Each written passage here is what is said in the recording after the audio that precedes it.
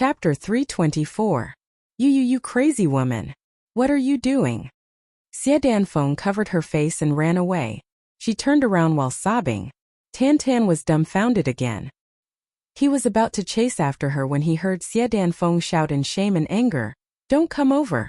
I am changing my clothes." Tan was startled. He was dumbfounded again. He thought, "Why are you changing your clothes at this time? Why are you changing your clothes all of a sudden? You clearly want to act shamelessly."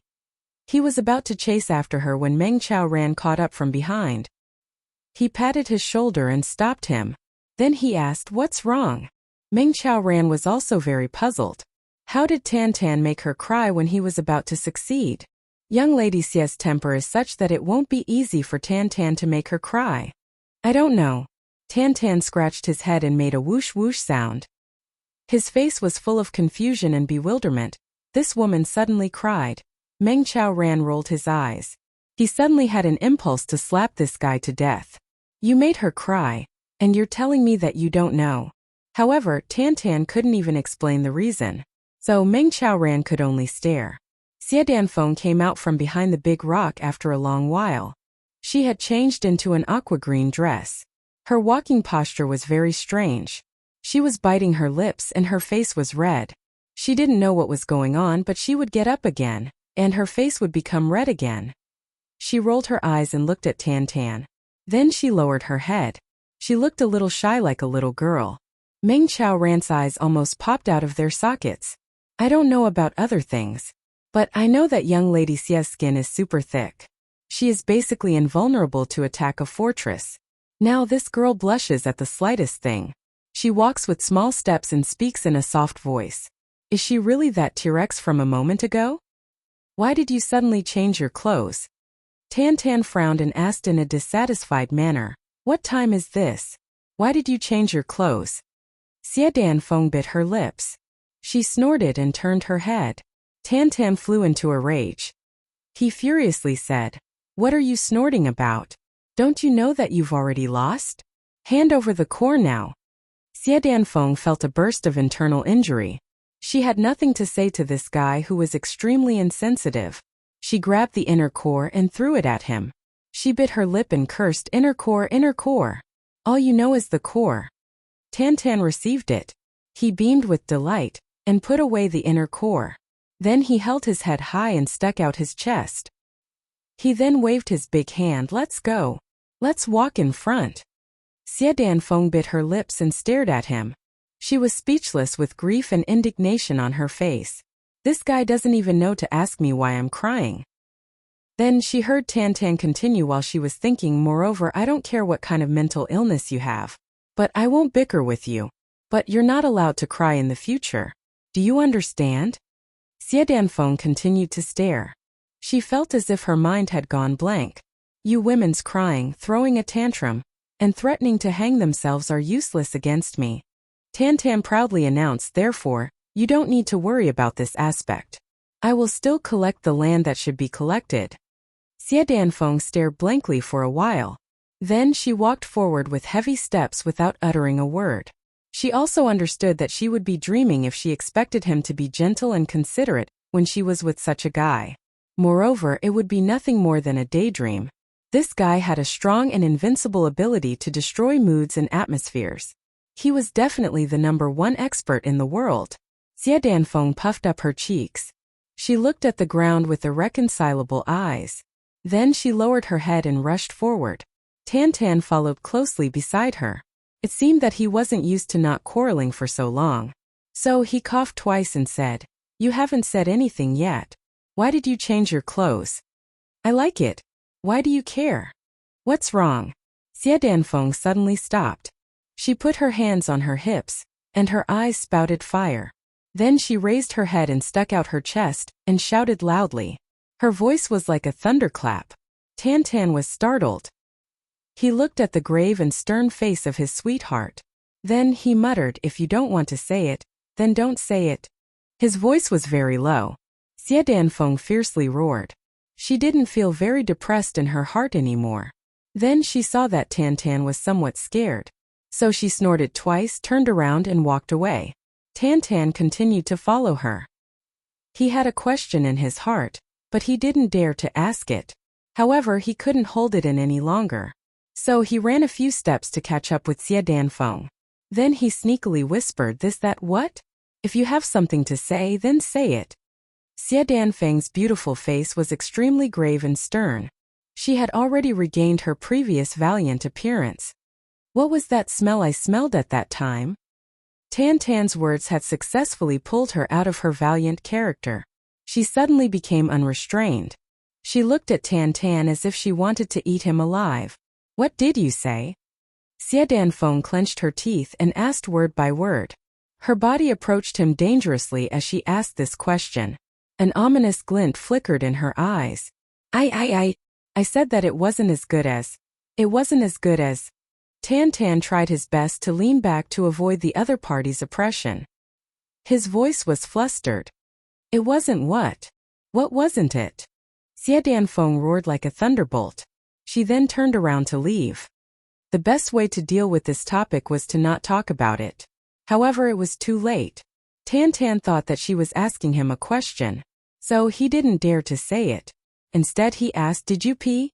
Xie Danfeng's delicate body was exposed to the sunlight. She slowly turned her head with her face flushed red. "I said, did you pee in your pants?" Tan Tan was somewhat flustered. He took a step back. However, he still spoke in the spirit of seeking truth. "I smelled something in your pants at that time. And you went to change." He tilted his head after he finished speaking.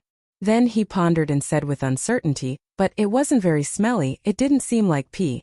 That smell was somewhat strange. Let me think, Xie Danfeng held her head with both hands. She screamed at the top of her lungs, "Tan Tan! I'll kill you. I'll definitely kill you. You'll be killed by 1,000 blades. You're a stinky hooligan who makes people's hair stand on end. You're a big bastard without any sense of shame." Then her eyes turned red. Her face turned red. Even her neck and ears turned red. She clenched her fists and rushed towards Tan Tan like a madwoman. Her martial strength had suddenly increased by several times. She grabbed Tan Tan and started to beat him like a sandbag. She then kicked him over and over again. Tan Tan screamed repeatedly. He stumbled, rolled and rolled. He didn't have the strength to fight back. He suddenly recalled Chu Yang's teachings. You can't guard against the enemy you're facing. You're no match for them. Moreover, you can't escape. So, you only need to do one thing. Cover your head and hug your balls. Do whatever you want. You'll be fine as long as these two parts are fine. Tan Tan suddenly had a flash of inspiration. He gave up all resistance. His body shrank into a ball. Then he fiercely stuck his head down and covered his crotch with both hands. "Hit me. A dead pig isn't afraid of boiling water." This violent behavior lasted for a quarter of an hour. Xie Danfeng was gasping for breath. She kicked Tan Tan, and he rolled on the ground like a rubber ball. He rolled for a long distance and rolled up a steep slope. Then he rushed halfway up the slope. Then his momentum stopped. Then he exerted his strength in the opposite direction and rolled back. Xie Danfeng couldn't help but chuckle when she saw this scene. "This bastard! I don't know whether to laugh or cry." Meng Chaoran rushed over afterwards. He was confused. He opened his eyes wide and asked, What's wrong? What's wrong?" Xie Danfeng angrily said, "Ask your good disciple." She turned around and dashed away without looking back. Tan Tan called out, "Master Feng, save me." When Meng Chao finally understood the whole story, he almost beat Tan Tan up again. "Even if you really don't know how to speak, you can't be this stupid, right? This is such a good situation, but you still want to spoil the fun. How did this bastard come up with this?" Tan Tan groaned in grief. The matter finally came to an end. Miss Xie Danfeng was furious. She didn't know that she had deviated from the original direction and had started to move towards the center of the Zhonglan battlefront. She was sulking as she rushed forward. But she had already bumped into people by the time she woke up. Coincidentally, it was the people of the Xie clan. This made Xie Danfeng somewhat stunned. She couldn't help but stand at the corner and stare blankly. Meng Chaoran and Tan Tan turned around to take a look. They saw that there was a fierce fight about 1,000 feet away in front of them. On one side, there were several hundred people of the Xie clan. On the other side, there was a large group of Iron Lion spirit beasts. Among the Iron Lion spirit beasts, there were 5 people dressed in strange clothes. Meng Chao Rant's bosom made a crashing sound. The divine chi gathering fish that he had been keeping for Tan Tan inexplicably turned over a few waves in the fish tank and started to blow bubbles. 3 stars divine clan? Meng Chao Ran and Tan Tan were stunned. These are the 3 stars divine clan? Xie Danfeng saw that her brother and her clansmen weren't in danger for the time being. So she felt relieved. She curiously looked at the 3 strangely dressed people in the fierce fight. She was somewhat surprised as she said, Tan Tan, they are uglier than you. Tan Tan said in shock, what about now? Xie Danfeng burst into laughter and said, you're very handsome now. Tan Tan continued to be shocked. Do you know those people? Xie Danfeng didn't despise his shock this time. Instead, she carefully looked at him for a while. Then she nodded and said, well, they are much more pleasing to the eye. Let me tell you something. That handsome and confident man who is commanding the battle has the demeanor of a great general. He is my brother Xie Danqiong. Tan Tan was really shocked this time. His facial features shifted in an instant. He breathed in cold air and said in surprise, so, he is my eldest uncle. Xie Danfeng was ashamed. She kicked him. Get lost. There was a large group of people next to the fierce fight between the 2 clans. They were taking pleasure in the misfortune of the Xie clan and the Iron Lion spirit beasts. They were obviously waiting to take advantage of the situation. A large flag was erected high. There was a clear snow-white lotus on it. The word Luo was in the heart of the lotus. It was fluttering in the wind. 2 young men stood side by side under the flag. They looked valiant. They were Luo Kuwu and Luo Kadi. Chapter 325. Behave yourself. Keep calm. Xie Danqiong is not that easy to take advantage of. Luo Kuwu snorted and looked at the battlefield cautiously. He didn't miss any part of the battle and carefully observed any clues that could lead to changes in the battle. Didn't you see? Although the spirit beasts are powerful, Xie Dan is in charge of the battle formation. So the Xie clan's losses aren't too big. So, it's going to be very difficult for us to take advantage of them. Don't be complacent. Watch carefully. Don't let Xie Danqiong bring the spirit beasts bow over. If that happens, Xie Danqiong will take advantage of us. Absolutely no problem. Luo Kadi chuckled, I'm an expert now, pay. Luo Kuwu spat. He spat and turned his head away in disdain. Xie Danqiong was so depressed that he wanted to vomit blood. His little sister had gone missing. He had been killing spirit beasts while looking for her. So, he had unknowingly distanced himself from the other aristocratic clans. In fact, he had deviated from his original plan. However, he had run into 3 people from the 3 Stars Divine clan here. Xie Danqiong wouldn't have been afraid if it had only been these 3 people. However, these people had brought along a large number of Iron Lion beasts. There were more than 100 Iron Lion beasts in this batch, and all of them were 5th grade lower grade spirit beasts. Iron Lion beasts, as the name suggested, were a group of lions. However, these lions were different from ordinary ones. Each of them had copper skin and iron bones. Ordinary swords and sabers would break with a kacha sound. Furthermore, these Iron Lion beasts were extremely nimble, coming and going like the wind. They could attack with all 4 of their hooves, and their bite force was even more powerful. The hardest thing to guard against was the innate ability of the Iron Lion. The throat of this kind of Iron Lion was the most tightly wrapped part of its body. It was its inner core. However, it could fiercely spew out its inner core to injure the enemy if it was in a life-or-death situation. Moreover, it was very powerful. A 5th grade Iron Lion was enough to injure a 1st grade king-level expert. Now, he had encountered over 100 of them. How unlucky was that? More importantly, if it was just these fellows, it would be fine. Under his command, even if he couldn't wipe them all out, he would still be able to gain the upper hand by paying a certain price. But at this time, the Luo brothers actually shamelessly flanked them from behind. They were obviously waiting for the Xie family to be exhausted and take advantage of the situation to claim the spoils of war. This almost drove Xie Danqiong crazy. He had tried to lure these spirit beasts to the Luo clan side 3 or 4 times. However, the Luo brothers were extremely slippery. They had always avoided them in advance. Then they would stand at a distance that would make him feel uneasy. Xie Danqiong was furious. Could it be that this time, no matter what, the Luo clan would be able to enjoy the fruits of their labor? Xie Danqiong was considering. This was not a matter of him compromising, but a matter of his family's reputation. Xie Danqiong didn't want to back down. When fighting for Sunlight Saber and Underworld Moon, he had already failed once. Whether it was real or not, he didn't get it. Xie Danqiong would never allow himself to be defeated this time. Therefore, Xie Danqiong calmed down his mind as fast as he could after a burst of anxiety. He no longer thought about the Luo brothers. Instead, he concentrated all his attention on the battle. His entire mind was suddenly pulled away from the entire battle. It was as if he was looking down from above, coldly watching and commanding this battle. Xie Danqiong has entered the Ice Heart Realm. Luo Kuwu's eyes flashed with envy. Ice Heart Realm. Luo Kadi was startled. Isn't this the same realm as the Empty Mirror Realm that Big Brother Chu Yang taught us? This Xie Danqiong has entered it at this time? The two people's shock only lasted for a moment. Then they started to gloat. Xie Danqiong was also shocked. Because, at the outermost periphery, he saw a figure rushing over with a whip in her hand. She shouted loudly, "Insignificant Iron Lion beast dares to be so arrogant. Your great aunt is coming." Xie Danqiong was tongue-tied. His back was full of cold sweat. He sat down on the ground. His Ice Heart Realm was instantly shattered, and he almost suffered internal injuries from the backlash. My great aunt. Xie Danqiong wanted to cry but had no tears. When I was looking for you, I couldn't find you. When you shouldn't have appeared, you appeared faster than anyone else.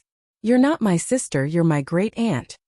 Then he saw an even more shocking scene. He could clearly see that beside his sister's graceful figure, there was a person with a strange appearance that resembled that of a member of the Three Stars Divine Clan. This person was roaring strangely, and took large strides into the battle circle. He rushed towards the Iron Lion beasts, and roared in a voice that would be unforgettable for the rest of one's life. "Oh, these lousy lions dare to besiege my brother-in-law. Come. Xie Danqiong was dumbstruck. He couldn't bear this powerful blow. He spat out a mouthful of blood. His finger trembled as he pointed at his sister and that monster. He was so angry that he couldn't speak properly. Wow, Xie Danqiong collapsed. I've gone out for a few days and I've brought back a brother-in-law? Moreover, he's such a different brother-in-law? Young lord. The expert bodyguards beside him hurriedly came over. Xie Danqiong had already stood up. He fiercely wiped the blood from the corner of his mouth. His voice was cold. His eyes were cold. Protect the young lady. Yes. Xie Danqiong hadn't spoken these words clearly, but everyone understood what he meant. He had only said protect the young lady. But he hadn't said protect the others. In other words, we don't care about the life or death of that person who's with the young lady. Xie Danqiong's body floated, and he stood on the back of his horse. He waved the flag in his hand again and again. The Xie clan's battle formation also started to move faster. Xie Danfeng and Tan Tan rushed into the group of Iron Lion beasts like a whirlwind. They had been cooperating with each other for a long time, so they were already familiar with each other. One of them would attack from afar, and the other would attack from close range. Their cooperation was seamless. I've said this earlier. Why are you girls running so close to each other? Isn't it good to be so far away? Tan Tan didn't stop talking. He had already started to fight with an Iron Lion beast. Tan Tan's body was shaken into the air like a rubber ball with a few bang sounds. The people of the Xie clan suddenly surrounded Xie Danfeng to protect her. He's inside and I'm outside. Why are you protecting me? Xie Danfeng became angry. Are you stupid? The experts of the Xie clan didn't utter a word. They just looked at her. Let me go. Xie Danfeng was mad with anger. Tan Tan was in a critical situation. She had rushed out without saying anything. And Tan Tan had followed her in purely for her sake. How would she explain herself if Tan Tan were to get hurt? Xie Danqiong. I won't let you off if Tan Tan gets hurt. Xie Danfeng became anxious when she saw that the surrounding people weren't getting out of the way.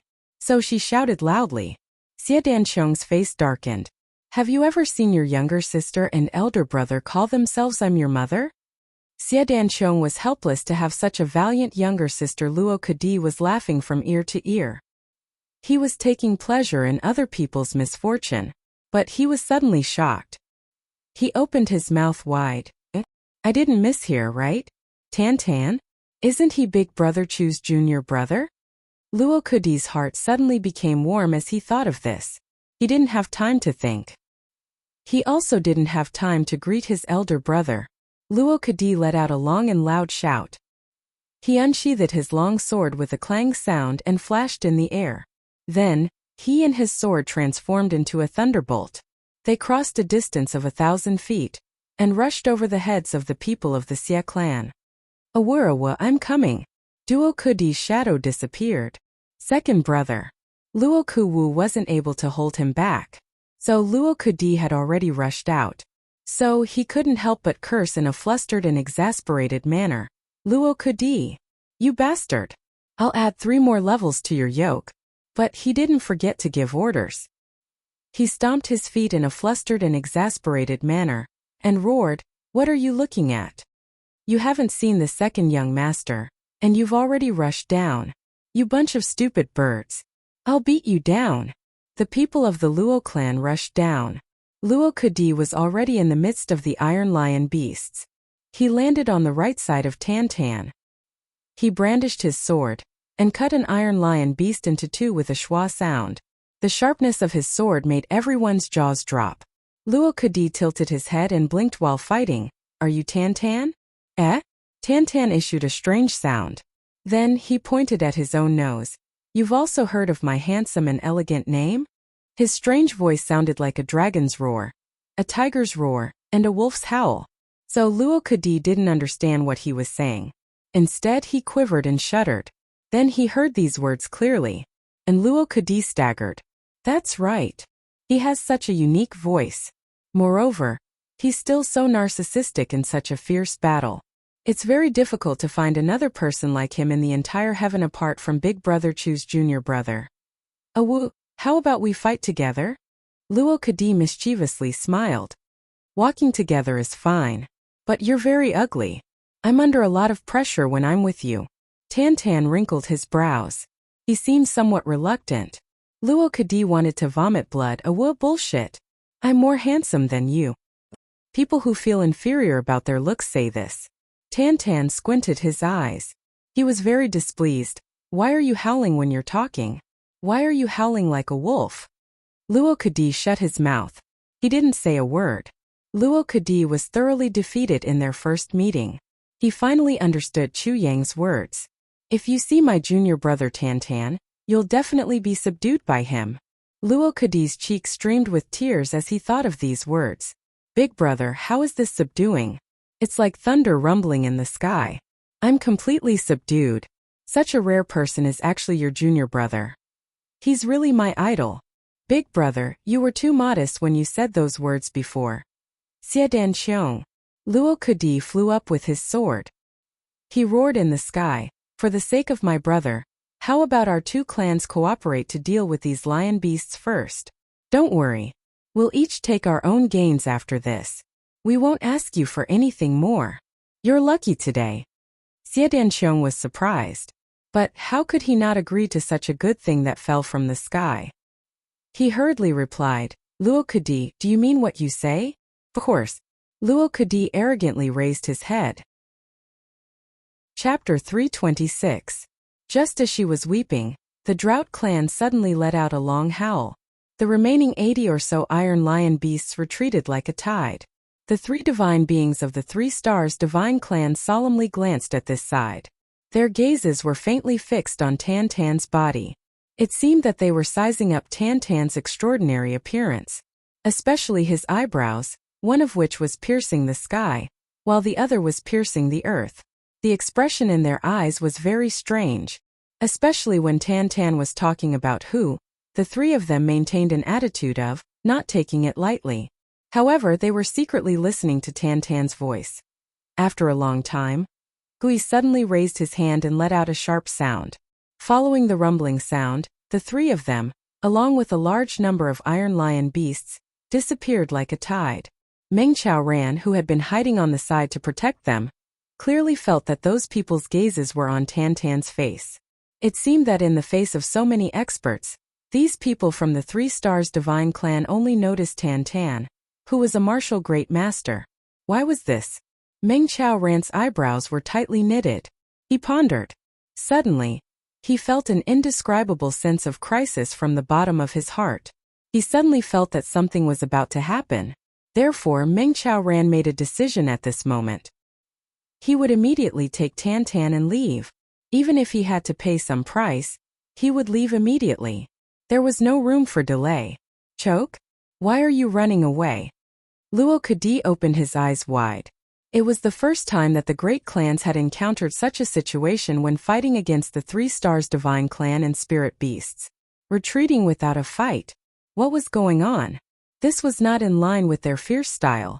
Xie Danfeng, come here. Xie Danxiong let out a sigh. Then his anger surged up. What are you yelling for? Xie Danfeng was originally very guilty. However, after being yelled at by her brother, the disgust in her heart immediately rose. She did not show any weakness as she returned the yell. Is this your elder brother? Tan Tan crooked his eyebrows and squinted his eyes as he asked. Yes. Xie Danfeng snorted and nodded. I have to say, Tan Tan said in a low voice, your brother is actually more beautiful than you. Tan Tan. Xie Danfeng immediately grabbed the wrong person. The other person who grabbed the wrong person was Xie Danxiong. Beautiful, these 2 words could only be used to describe a woman. If it was used to describe a man, then it would be a little cough cough cough. Xie Danxiong had always been proud and arrogant. He hated it the most when a talented person said that he looked like a woman. At this moment, when he heard Tan Tan's accusation, his eyes and hands almost turned blue in anger. Then Xie Danfeng slowly walked over. She moved closer to Xie Danxiong and pointed at Tan Tan from time to time. She meant that Tan Tan had protected her and had saved her along the way. Xie Danfeng didn't know what she was thinking. She had simply exaggerated Tan Tan's misgivings by 10 times. However, the more she spoke, the more conflicted Xie Danxiong's face became. This brother. Xie Danxiong cupped his hands towards Tan Tan and said in an amiable manner, May I know Ben's name? My surname is Tan and my name is Tan. Tan Tan was upright and unafraid.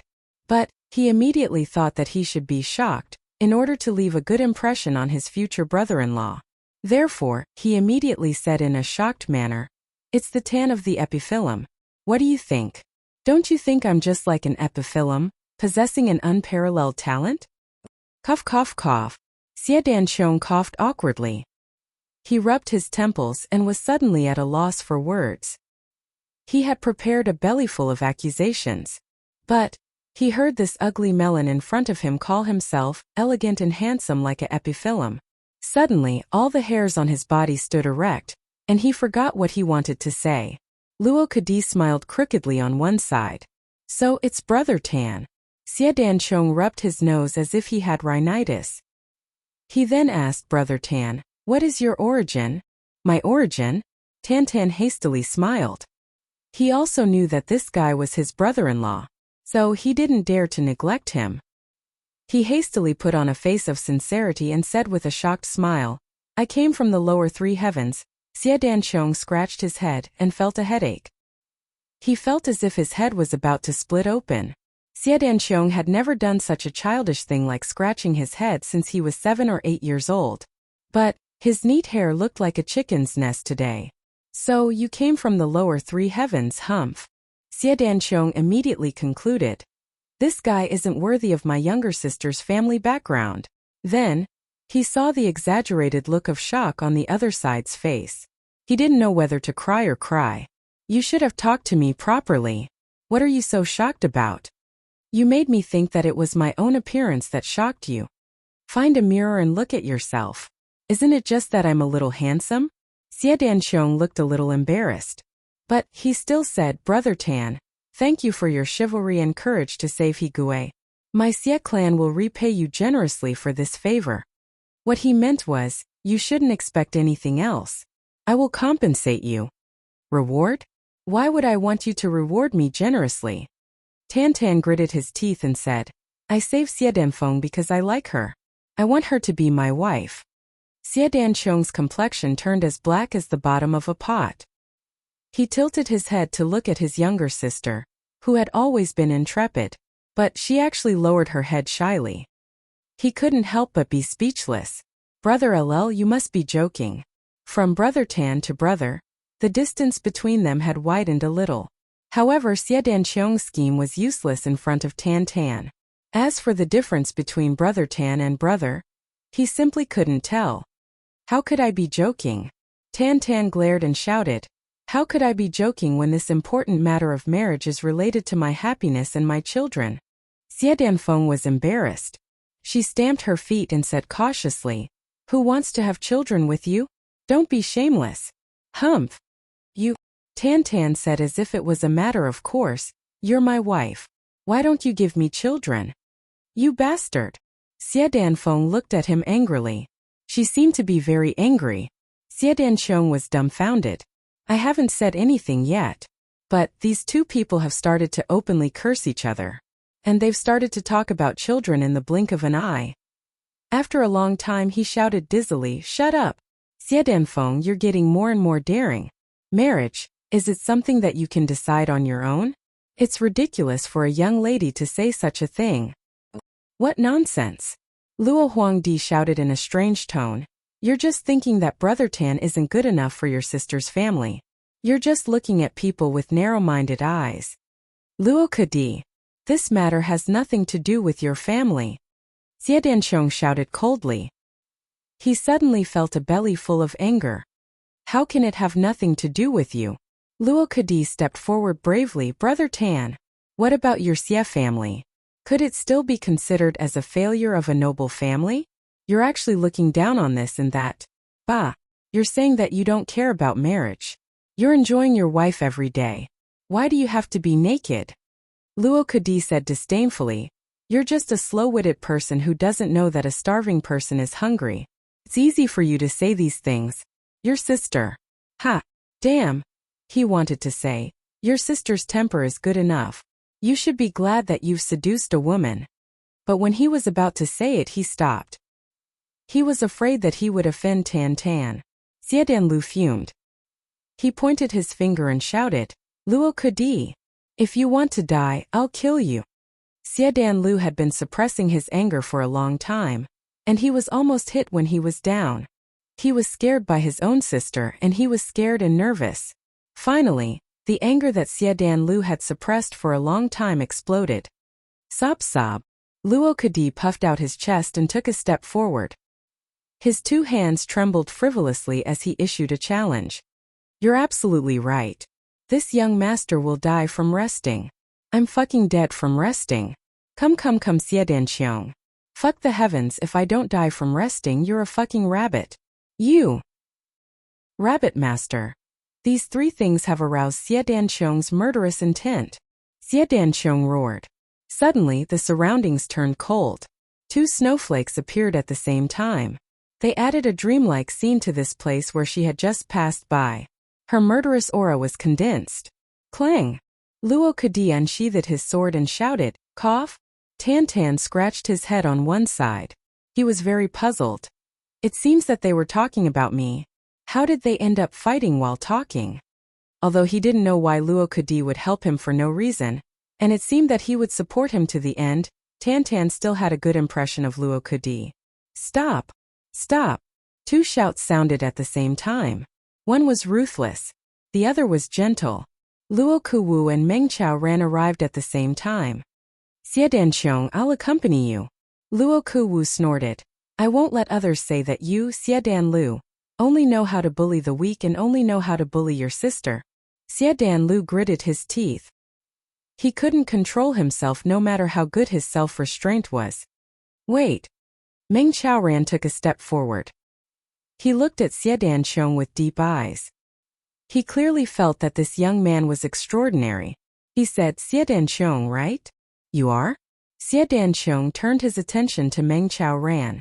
When he first saw Meng Chaoran, Xie Danqiong felt that this person might not be very strong. However, he had never seen such an indifferent and elegant temperament in his life. He only saw his warm and peaceful smile, and felt that half of his ruthlessness had disappeared out of thin air. I'm Tan Tan's master. Meng Chao Ran indifferently said. I don't know if Xie Danchong is interested in listening. I'll tell you. Xie Danchong slowly controlled his temper. The two dreamlike viburnum flowers suddenly disappeared. Meng Chao Ran fixed his gaze on Xie Danchong. His gaze was deep and indifferent for a long time. However, Xie Danchong felt that his heart had slowly calmed down under Meng Chao Ran's gaze. He had calmed down and returned to his calm state. He could accept everything in his heart now. Marriage is a matter of equal social status. Meng Chao Ran clasped his hands behind his back. He indifferently said, this has been the case since ancient times. If you don't come from the right background, it's easy for a tragedy to happen. Chapter 327. But paying too much attention to the social status of the families will create a tragedy. Meng Chao Ran spoke very slowly, but every sentence was very clear. So Xie Danchong could hear it clearly and feel a sense of approval. Yes. Xie Danchong let out a long sigh. The marriage of the children of big clans is even more difficult. Well, it is as difficult as ascending to the heavens to find someone who is of equal social status to them. Therefore, ordinary people can't see the suffering of the children of big clans. They only see the glory of the younger generation of big clans. But they don't think that these heavens' prides will have to pay for generations to continue this glory. Meng Chao Ran's voice was very heavy. It was also very frustrated. Xie Danchong deeply sighed. Meng Chao Ran's words had spoken his heart. But this also depends on the situation. If a clan has an outstanding heir, then it doesn't need to sacrifice the happiness of its daughter. Meng Chao Ran faintly smiled. Elder Xie, you are confident and satisfied. Xie Danchong's handsome eyebrows raised. These words made him feel very comfortable, but they also had a hidden meaning. How could he not understand it? Not to mention, even if you judge a book by its cover, Elder Xie. Meng Chao Ran's eyes suddenly emitted an extremely sharp and cold light. He was brimming with confidence as he looked at Xie Danchong. Every dog has its day. Don't bully a poor young man. His face had always been kind, but it had suddenly turned sharp. And this was even more surprising. Moreover, it gave people a feeling that he had a card up his sleeve. The matter between your sister and Tan Tan. There is no harm in putting it aside for now. Think about it again. Meng Chao Ran insipidly said. Perhaps your Xie clan will change its mind in the future. Haha, the difference between an experienced Zhonghu person and a youngster is that no matter what happens, they won't do it to death. Leaving a way out. No matter when it was always necessary. What do you think, Elder Xie? Xie Danchong was silent for a long time. Then he said, as you wish, sir. I can't convince my sister now. No matter what the future will be. But my sister's temper will come and go as quickly as it will come once they are separated. Perhaps she will forget about it in 2 or 3 days. However, they didn't know that Meng Chao Ran's intention was to separate from these people as soon as possible. Then, he would immediately return with Tan Tan. Meng Chao Ran had a feeling that Tan Tan seemed to be stirring up something at the moment. And a faint wind and clouds were gathering in the surroundings. If he continued to stay with these people, he was afraid that something big would happen. Since that's the case, we'll take our leave first. Meng Chao Ran chuckled. He cupped his hands and turned around. Then, without any hesitation, he prepared to leave. Wait! Luo Kedi was dumbfounded and hurriedly called out. You are Chu Yang's sworn brother, right? Meng Chao Ran warmly looked at Luo Kedi. Yet, Luo Kedi greets senior. Luo Kedi knew that the person in front of him was Boss Chu's master. How could he dare to neglect him? He hurriedly bowed. So, you're senior martial brother's brother. No one Tan Tan excitedly said. Well, we'll look for you 3 days after Chu Yang arrives. Meng Chao Ran's voice was very hurried as he said. But right now, I still have important matters to attend to, so I will take my leave for now. Yes, senior, please go ahead. Luo Kedi scratched his head in bewilderment. He didn't know why Meng Chao Ran had suddenly rejected him. But he still forced a smile on his face. Tan Tan. Let's go. Meng Chao Ran pulled Tan Tan and sped away. Master. Feng. Tan Tan was somewhat reluctant. Go quickly. Meng Qiaoran coldly shouted. Then he sped up. He didn't take the main road. Instead, he entered a short forest like a meteor. Then he disappeared in a flash. Xie Danfeng foolishly looked in the direction where Tan Tan had left. Her eyes were suddenly filled with tears. A strong sense of loss spontaneously arose in her heart. He left just like that. When will I see him again? Little sister. Xie Danqiong came to her side and called out in a soft voice. Xie Danqiong, I'm telling you, I'm not done with you. Xie Danfeng angrily looked at her brother. You dare to meddle in my private affairs? Just you wait. Humph. She turned her head and walked away in a huff. Xie Danqiong felt regretful Meng Qiaoran had left soon after. The Luo brothers had also bid farewell to Xie Danqiong. Suddenly a loud whistling sound came from afar. Then a burst of sound came from all directions. It sounded as if 10,000 horses were galloping. Not good. Xie Danqiong, Luo Kuwu and Luo Kudi cried out in alarm. They turned their heads to look. And they couldn't help but suck in a mouthful of cold air. They saw a flood of spirit beasts coming from 3 directions. They were so densely packed that they covered the entire mountain. There were first-level spirit beasts, second-level spirit beasts, third-level spirit beasts, fourth-level spirit beasts, and fifth-level spirit beasts. Don't tell me those spirit beasts are level spirit beasts? It seemed that tens of thousands of spirit beasts were covering the sky as they rushed over. It's over. Xie Danqiong and Luo Kuwu exposed a look of despair on their faces. The strength of the 2 clans was more than 1,300 people at best. But they didn't have the strength to fight back in the face of so many spirit beasts. Moreover, these spirit beasts were high-end spirit beasts. In fact, they would be torn to shreds and devoured as long as the opposite party launched an attack. The experts of the 2 clans exposed a look of despair on their faces. Even the faces of the dozen or so king-level experts were filled with grief.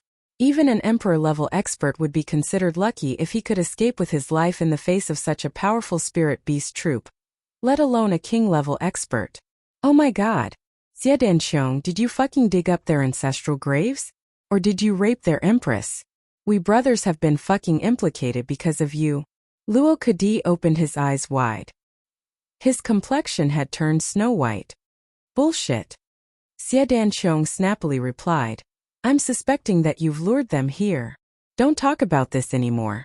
Let's recuperate our spirits. We'll kill a few of them later, Luo Kuwu said in a heavy voice. His eyes were full of unwillingness. Don't tell me that I, Luo Kuwu, will die in the mouths of these spirit beasts. Those spirit beasts had already arrived in front of them. An indescribable smell of blood soared to the sky. Those ferocious and brutal eyes, and those snow-white sharp teeth. Everyone unsheathed their swords at the same time. They were just waiting for the command to start the war. The spirit beasts suddenly raised their front hooves with a loud roar. They circled in the air and landed on the ground motionlessly. They were less than 3 feet away from everyone.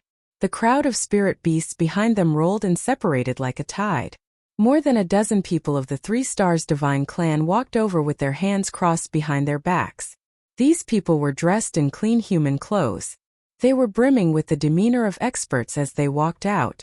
Anyone would have thought that they were human experts if it weren't for the glittering starlight mark on their foreheads. Where are the people? Gui swept his eyes over Xie Danqiong and the rest of the people. He then slowly asked, Who's there? Luo Kudi and Xie Danqiong were stunned. He was clearly here with them. Honored sir, I can swear that I saw him. A strangely dressed man of the 3 Stars Divine clan came out from one side. He was the man who had fought with Xie Danqiong. A strange-looking guy was with you? Gui looked at Xie Danqiong and slowly asked, Where is he now? Everyone knew that he was asking about Tan Tan as soon as these words were spoken. Why are you looking for him? Xie Danfeng had already walked far away. But she came back when she heard them asking about Tan Tan. She bravely stepped forward. Who are you? Guiyi's eyelids gently turned. He looked at Xie Danfeng with an extremely sharp gaze. He insipidly said, Is it your turn to speak here? Xie Danfeng became angry. I'm his wife. You're asking me where my husband is, but I can't speak? More than a dozen people on the opposite side had a strange look on their faces as soon as these words came out. They looked at each other in dismay as if they had seen a ghost. You're his wife. The leader looked at Xie Danfeng with a strange look on his face. His mouth was strangely crooked. Wife? Of course. Xie Danfeng's face turned red.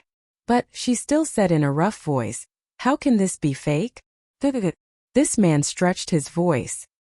He said good 3 times as he sized up Xie Danfeng. The others also started to look from all directions. Xie Danfeng felt uncomfortable from head to toe. She was about to fly into a rage. Where did he go? The leader's voice had clearly softened a bit. He left. But I won't tell you where he went.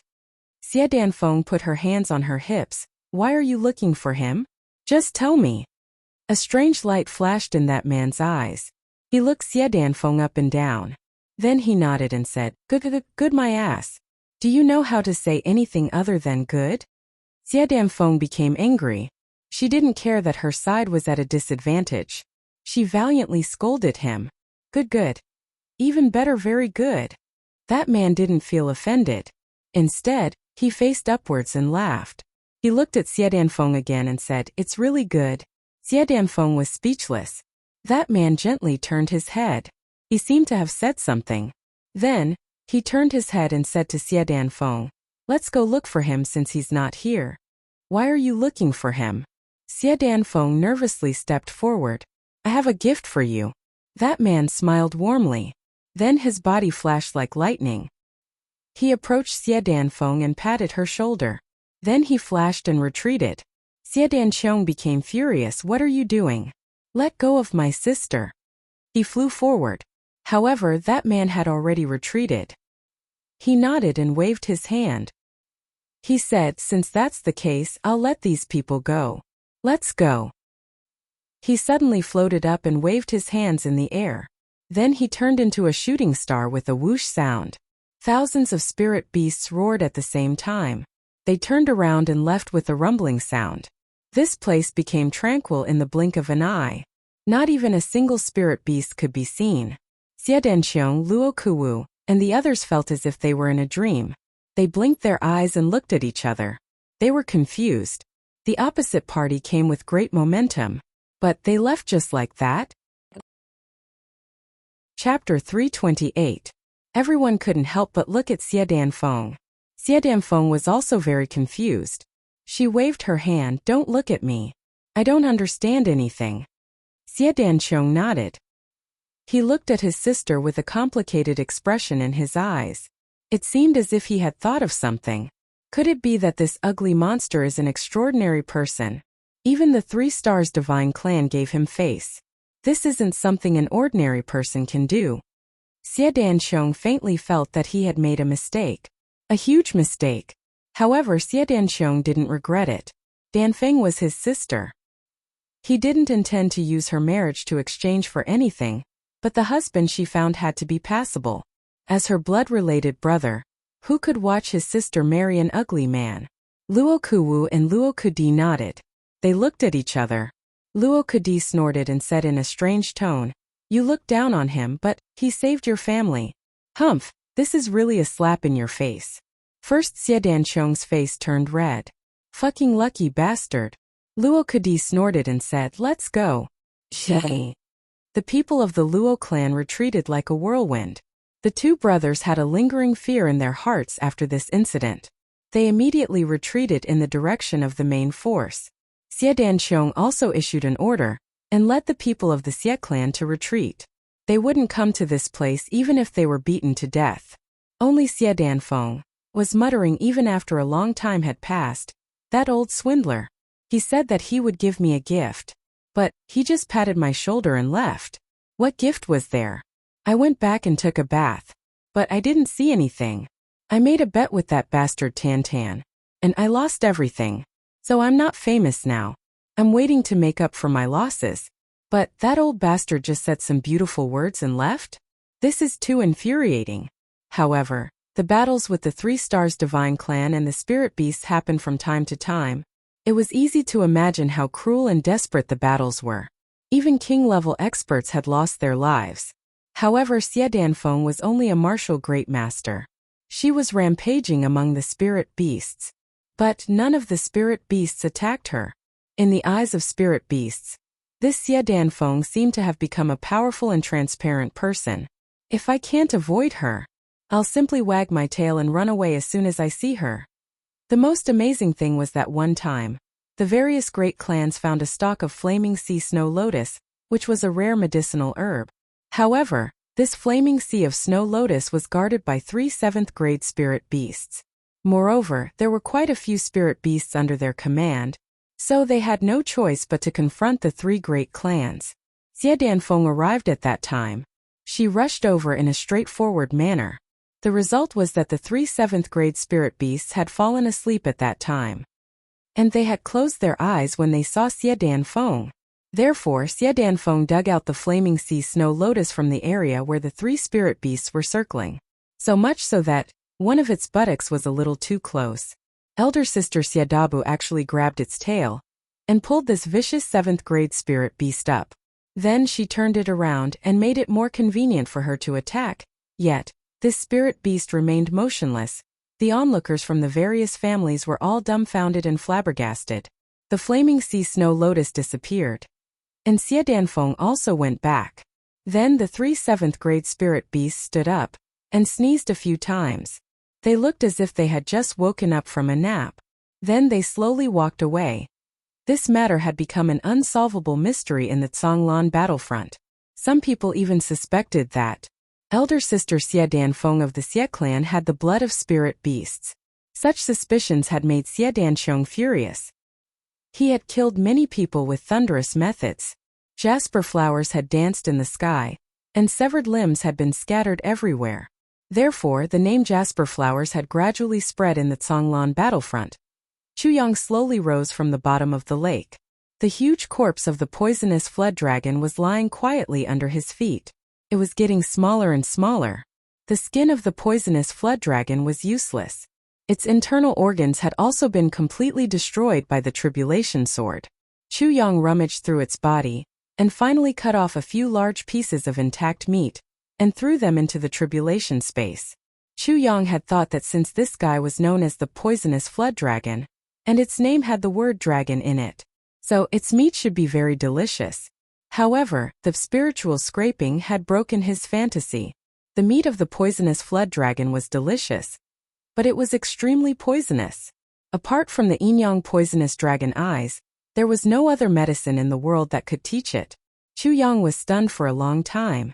Then he finally decided to cut off a few pieces of meat. It was poisonous, but even though he couldn't eat it, could it be that others couldn't eat it? If someone was not pleasing to the eye in the future, there was no harm in inviting them to a meal with the meat of the poisonous flood dragon. These few pieces of meat weighed more than 1,000 pounds. Chu Yang's eyes slowly brightened.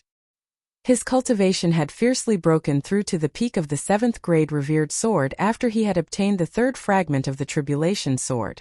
One more step and he would reach the 8th grade. After that, he would become a sword king. Even Chu Yang himself felt that this speed was unimaginable. It had only been a year since he had been reborn. Chu Yang's eyes brightened. He was close to the surface of the water. Chu Yang's spirit was lifted.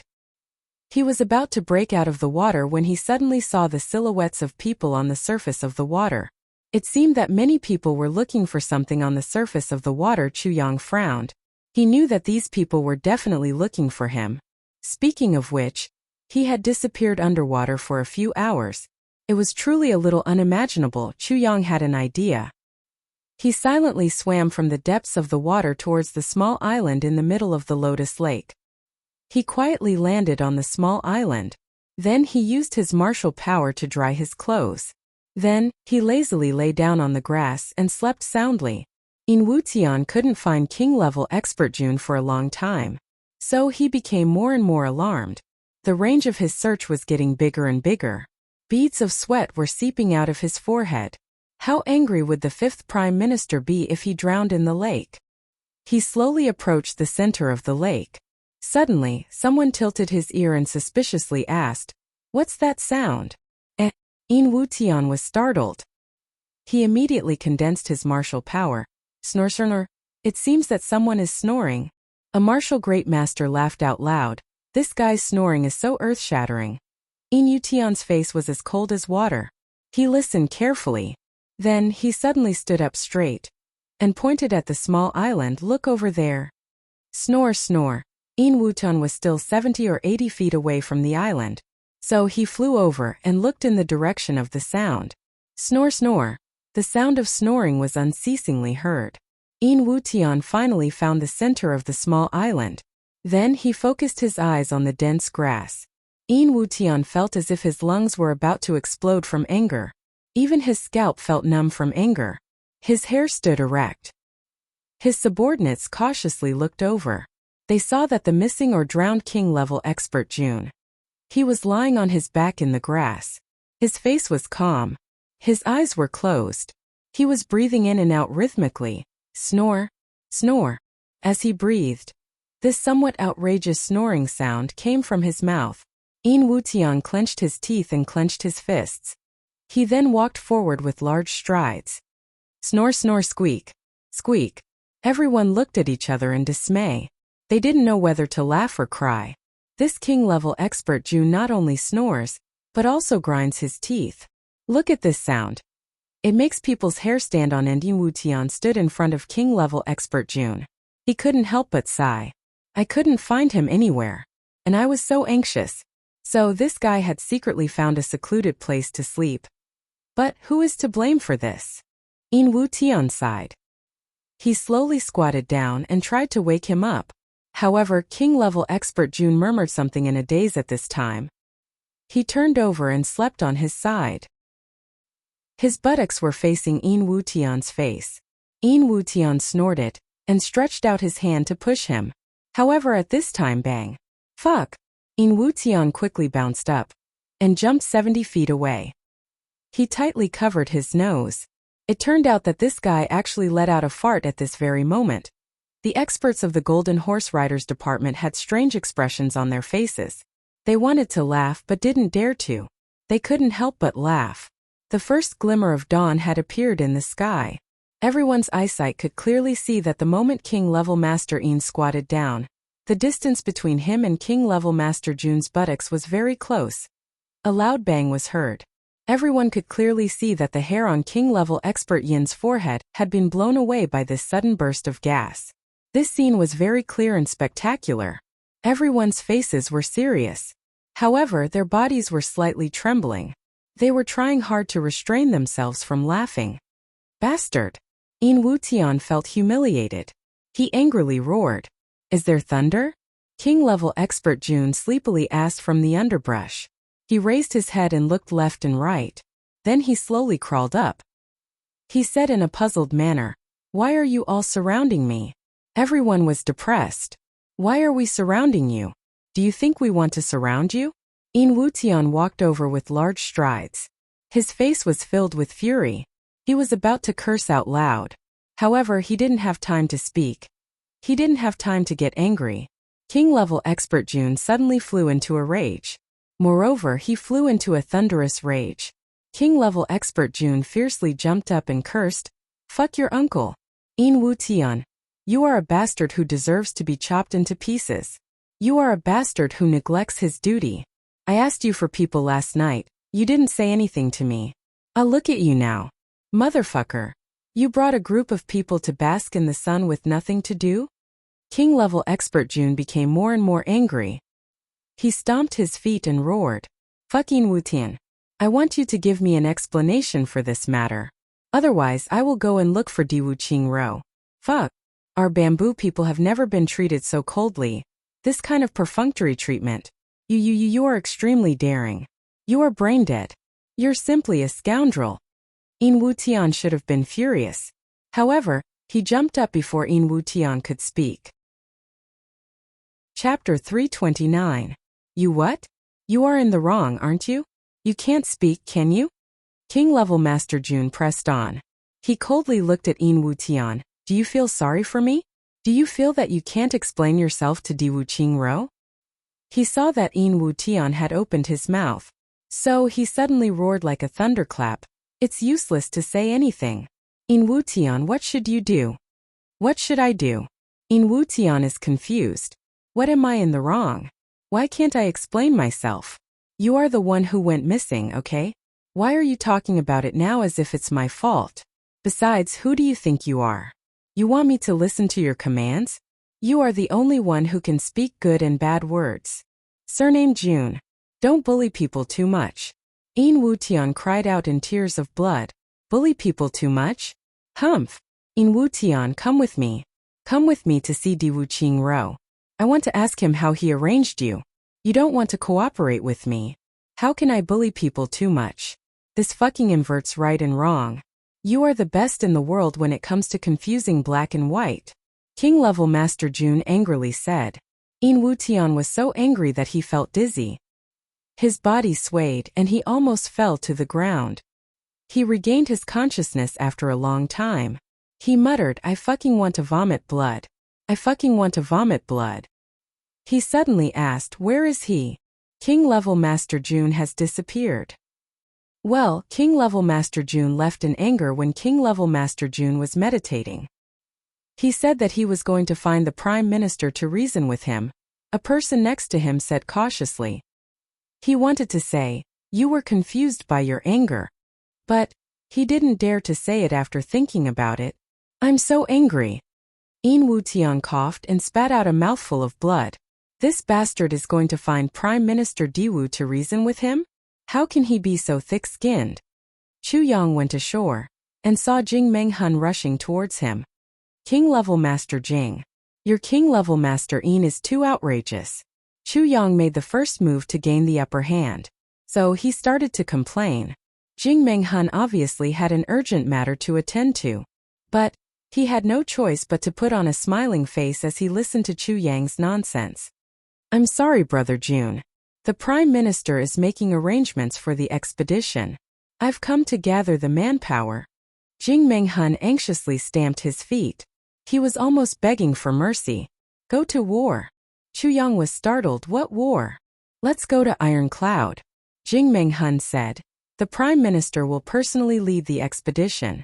This time we must crush Iron Cloud into powder. Chu Yang was stunned. Di Wuqing Ro wants to go to war now? What's going on? Why was it so different from his previous life? He clearly had to wait for 3 years. Jing Menghun quickly walked past him while he was still in a daze. He then shouted towards In Wuxian and the others who were still on the island, come back. Come back quickly. There's an emergency. Chu Yang shook his head and shook away his unrealistic fantasies. He bitterly smiled in his heart. It seems that this expedition isn't a lie to me, King of Hell Chu. It's a real expedition. In other words, Di Wuqing Ro had changed his mind. Chu Yang didn't know why Di Wuqing Ro had changed his mind, but he knew that he didn't have time to delay. He had to return to Iron Cloud immediately. He had to face Di Wuqing Ro's stormy sea of attacks together with Tai Bu Tian. He had to struggle to survive in the face of absolute adversity and fight for a slim chance of survival. However, he still had 2 matters to attend to before returning to Iron Cloud. The first matter was Du Shiqing's matter. The second matter was Di Wuqing Ro's expedition. It was a military stratagem. If he could get his hands on this, he would be able to take the initiative for a while. Chu Yang shook his head. He no longer entangled himself with Jing Menghun and the others. His figure quickly disappeared. Jing Menghun and the others went ashore, but Chu Yang had already disappeared without a trace. Why did he leave? Isn't he looking for the Lotus Route? Jing Menghun was somewhat puzzled. Big brother, he didn't really go to look for Prime Minister Diwu, right? In Wuxian asked carefully. Let's go back quickly. Jing Menghun immediately made a decision. Jing Menghun had been scolded by Di Wuqing Ro for half the night. He was battered and exhausted at the moment. His face was full of knots. If this king-level Master June were to cause any trouble in front of Di Wuqing Ro's anger would be at its peak. He would be most dissatisfied with the Golden Horse Riders department. Therefore, Jing Menghun and In Wuxian rushed back as if their lives depended on it. Chu Yang entered the provincial capital like a meteor. He took 2 turns and arrived at the door of a shabby small courtyard. He looked around and saw that no one was around. Then he gently knocked on the door. He paused and then knocked twice. He paused and then knocked 5 more times. 1, 2, 5. This was the agreed-upon secret signal. The door creaked open. An old man stuck his head out. "Who is it?" "It's me," Chu Yang said as he entered. No need to be overly courteous. He entered the room. This was the most secretive stronghold of Ironcloud's royal family in Ironcloud. It was an absolute secret. The old man who had opened the door was born and raised in Great Zhao. He had been there for 3 generations. Only the highest authority of Ironcloud knew of his existence. Chu Yang would not use this line unless he had no other choice. This was because the military strength of this generation had seriously deteriorated. Once exposed, it would be a dead end. There was an old man sitting in the room with a distressed face. After confirming Chu Yang's identity, he called out, "What should we do now?" This distressed old man was none other than Du Shiqing in disguise. "Don't worry. Leave everything to me." Chu Yang smiled, "Relax. What I want to ask you is, what are your plans for the future?" "Plans?" Du Shiqing sighed and said, "What plans can I have?" Chu Yang pondered for a moment and said, "Senior Du, I have 2 proposals. First, after I take care of things, you and your family can live here. Di Wuqing Rou and Ma Tu will go to war. As long as Di Wuqing Rou is not in the province, you will be safe here." "What's the second proposal?" Du Shiqing raised his head. "Second, once the war starts there will be heavy casualties. Senior Du can also join the Ironcloud army. You can help take care of the wounded. However, this path is more difficult. Plus, you will have to cross thousands of miles of border. It is also more dangerous." Chu Yang said casually, "If that is the case, I choose the second option." Du Shiqing said resolutely. He sighed deeply. "I Du Shiqing, owe Ironcloud too much. If I can make up for it a little, I will make up for it a little. All right?" Chu Yang pondered for a long time and finally nodded his head. Immediately, Chu Yang entered the inner room. He opened a secret door and went down. Down below there were 2 unconscious young people. A woman in her 40s was looking after them. This woman was Du Shiqing's wife. Rest assured. Well, Minister Du is here. He will take care of this matter. You don't need to worry. Du Shiqing followed closely behind. Divine Dr. Du and my wife can go out first. Leave this place to me for now. Chu Yang said casually. Yes. But I don't know how you are going to take care of this matter. Du Shiqing was about to leave, but he was still worried and asked. I will make them forget a part of their memory. And this part of their memory will be forgotten a long time ago. Therefore, as long as they wake up, Senior Du will be very courageous. This is because they will not have any memory of their past. Chu Yang turned his head and looked at Du Shiqing. What does Senior Du think? Forget about them. Du Shiqing stood there in a daze. This was a good idea. His son and daughter-in-law had been thoroughly brainwashed by the Golden Horse Riders department. Their gratitude for Di Wuqing Rou's hegemony was also deeply ingrained. Once they woke up, it was likely that they would be willing to sacrifice their own family for the sake of righteousness. Directly losing this part of their memory was, of course, the best. However, Du Shiqing was also a doctor. How could he not know that this matter was very dangerous? If he was not careful, his son and daughter-in-law would turn into idiots. Are you sure? Du Shiqing asked nervously. I will use the soul-seizing great technique. Chu Yang said softly. That's good, that's good. Du Shiqing's heart was at ease. The soul-seizing great technique was an extremely evil martial art. It could make a person unconsciously open up the deepest part of their heart and do whatever they were told to do. However, this martial art was easy to learn but hard to master. It was originally something that the Yamen senior bailiffs learned to interrogate criminals. Of course, this was the worst way to use it. As long as one's mental strength exceeded an ordinary person's, the soul-seizing great technique would not work. However, Du Shiqing was a divine doctor of his generation. Naturally, he knew the true power of the soul-seizing great technique. The main function of the soul-seizing great technique was to control. When it was practiced to a high level, one could unconsciously control a person's mind and turn them into a puppet. In Jianghu, high-level martial artists often use this technique to kill people and steal treasures. However, it was only after the opponent had lost the ability to resist. This martial art also had the ability to erase memories. The only downside was that he could not selectively erase memories. He could only kill them all at once. Therefore, Chu Yang had the saying, everything has to start from the beginning. After Du Shiqing left, Chu Yang immediately got busy. He lit up oil lamps in several conspicuous places. Under each oil lamp, he lit an incense stick. Then he placed a large mirror on the wall. Immediately, Chu Yang sat down cross-legged and took a deep breath. Then he closed his eyes slowly. The atmosphere in the room became strange. The smoke slowly became dense. Chu Yang's body became steaming hot as if he was on fire. The surface of the mirror had become hazy. Chu Yang suddenly opened his eyes and slapped the head of the young man who was lying down. After a long time, the door to the secret chamber opened. Chu Yang wiped his sweat and walked out. Du Shiqing immediately went forward to greet him. However, he was suddenly hit by the billowing smoke. How is it? Chapter 330. Thank you very much. Thank you very much. Du Shiqing was moved to tears. He only had one son in his life. He raised him painstakingly, but because of him, he was captured by Di Wuqing and trained as a tool to deal with him.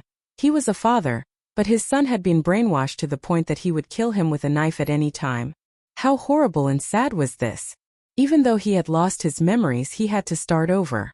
With a good physical foundation, it was not a problem. Plus, this time, even his daughter-in-law's soul was stolen. There was no need to think about it. It was dangerous. Their cultivation was not bad, and their mental strength was very high. I almost couldn't control it. Chu Yang wiped his sweat. The process of stealing their souls was very simple. It was just that Di Wuqing's imperialism was deeply rooted. Chu Yang almost reached his limit before he could successfully erase their memories. After that, he really broke out in cold sweat. He discussed the escape route with Du Shiqing for a while. Then they finalized all the details. They agreed on the rendezvous point, the signal, and so on. Then Chu Yang silently raised his voice. There was only one step left. That was Di Wuqing's military intelligence. Since his rebirth, Chu Yang had always been wary of Di Wuqing. Unless it was absolutely necessary, he did not want to face Di Wuqing head-on. Even though he had come to Great Zhao, even though he had met Di Wuqing twice, Chu Yang still felt a sense of danger. Di Wuqing's eyes seemed to be able to see through everything. It was as if he could see through him at any time. In both his previous and current lives, Chu Yang knew that Di Wuqing did not know martial arts. But now he did not believe it. No one could see through Di Wuqing. This person could be said to have deceived everyone. If he had a choice, Chu Yang would rather go into the palace alone than face Di Wuqing. But this time he had no choice but to go. Ironclad was not ready yet. The number of troops they had gathered did not exceed 1 million. But Great Zhao could mobilize 4 million at any time. And all of them were well trained. The most frightening thing was that Di Wuqing had been training the second echelon. The second echelon's numbers were in the millions. Not to mention the fact that they were recruiting new soldiers. Once the battle began, with such a huge disparity in numbers, coupled with the fact that one side was well prepared and the other side was in a hurry to fight, the outcome of the battle was obvious.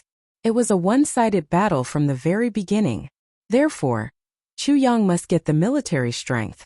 This was the only thing that could be used against a million-strong army. Only this. Therefore, even if Di Wuqing's Chang Prime Minister's manor was a dragon's lair or a tiger's den, Chu Yang had to barge in. Perhaps this was a man's responsibility.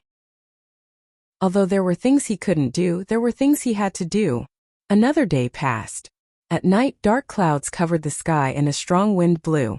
Not long after, bean-sized raindrops began to fall. The rain became heavier and heavier, slowly forming a curtain of rain in the sky. Chu Yang secretly exclaimed that the heavens were helping him. He jumped out of his hiding place and disappeared in the boundless rain.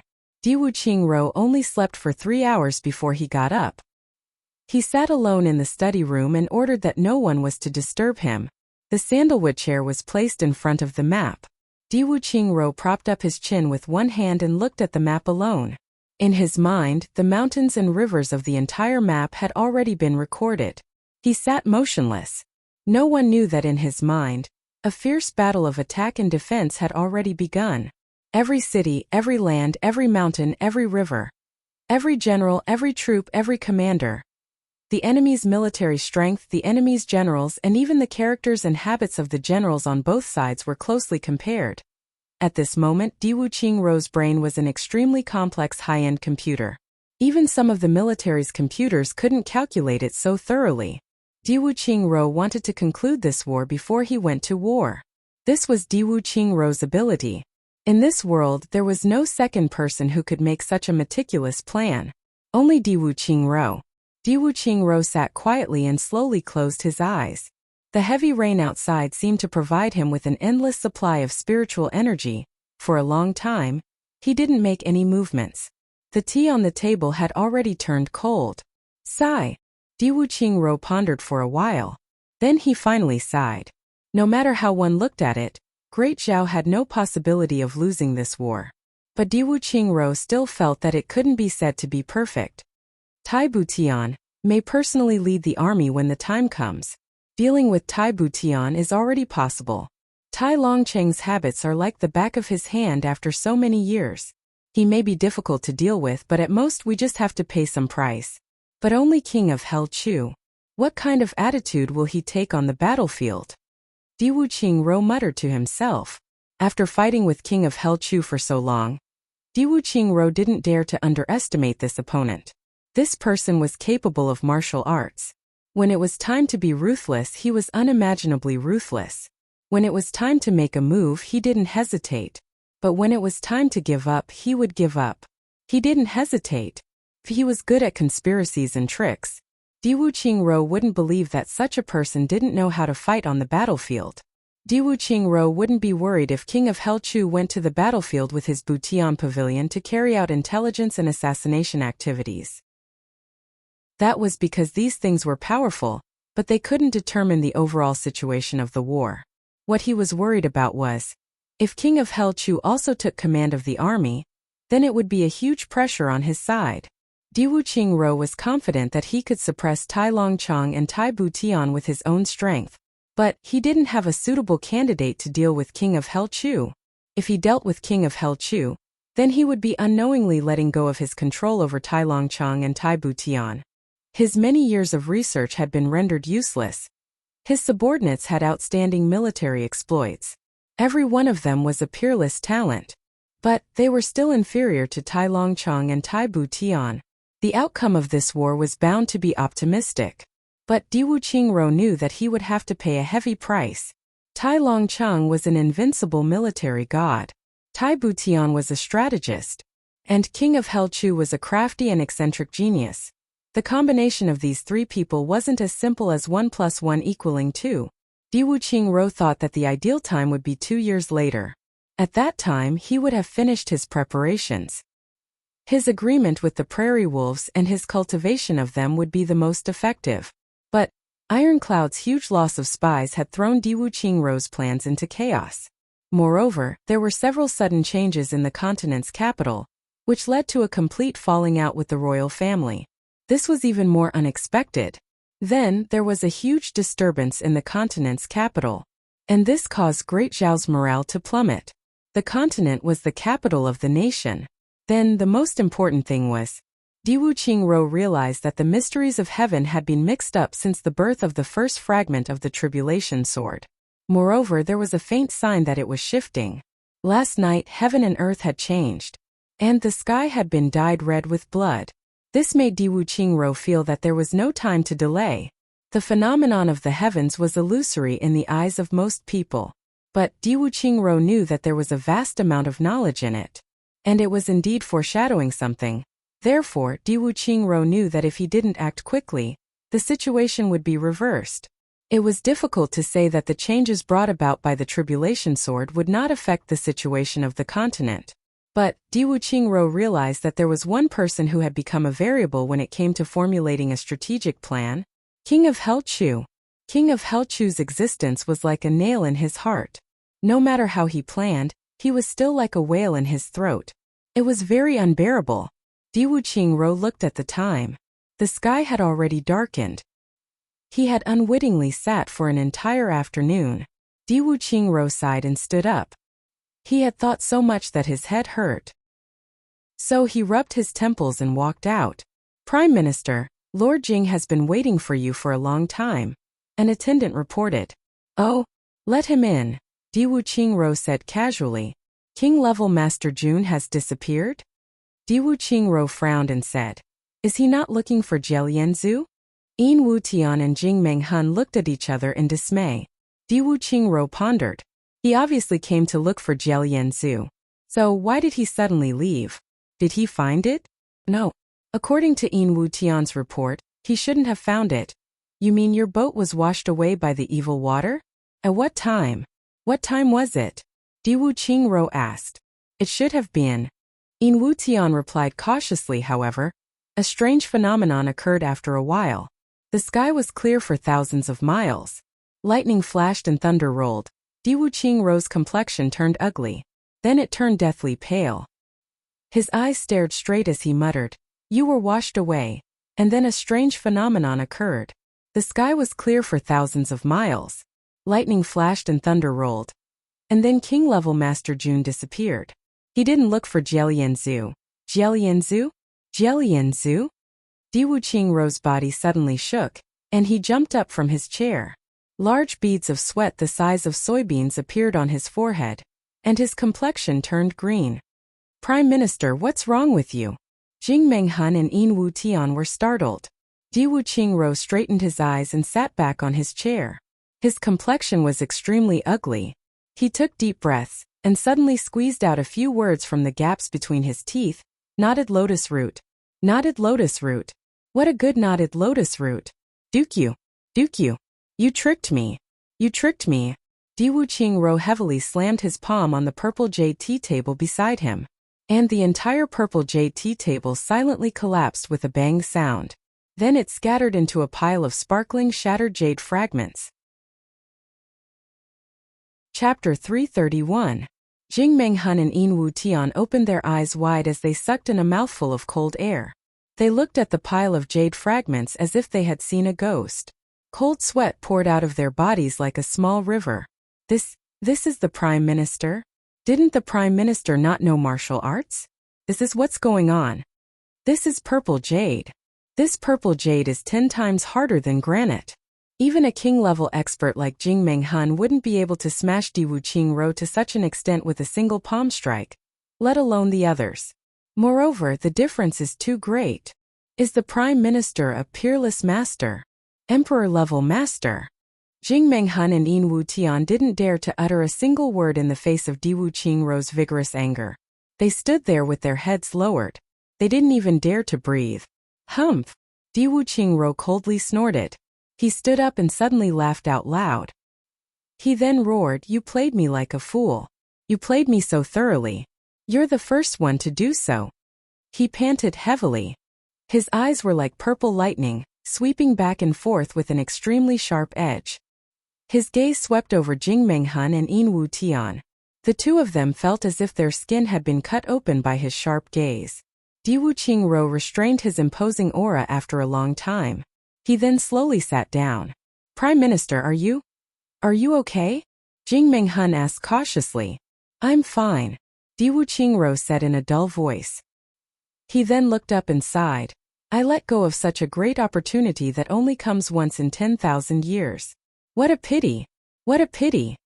Only comes once in 10,000 years? This king-level Master Jun. What kind of king-level Master Jun is he? Blue veins popped out on Diwu Qingro's hands as he tightly grasped the chair's handle. He coldly snorted and said, He's clearly the sword master of Calamity Sword. What? Jing Menghun and Yin Wutian suddenly felt as if thunder had struck their ears. They turned pale with fright and their bodies started to sway. Master of Calamity Sword.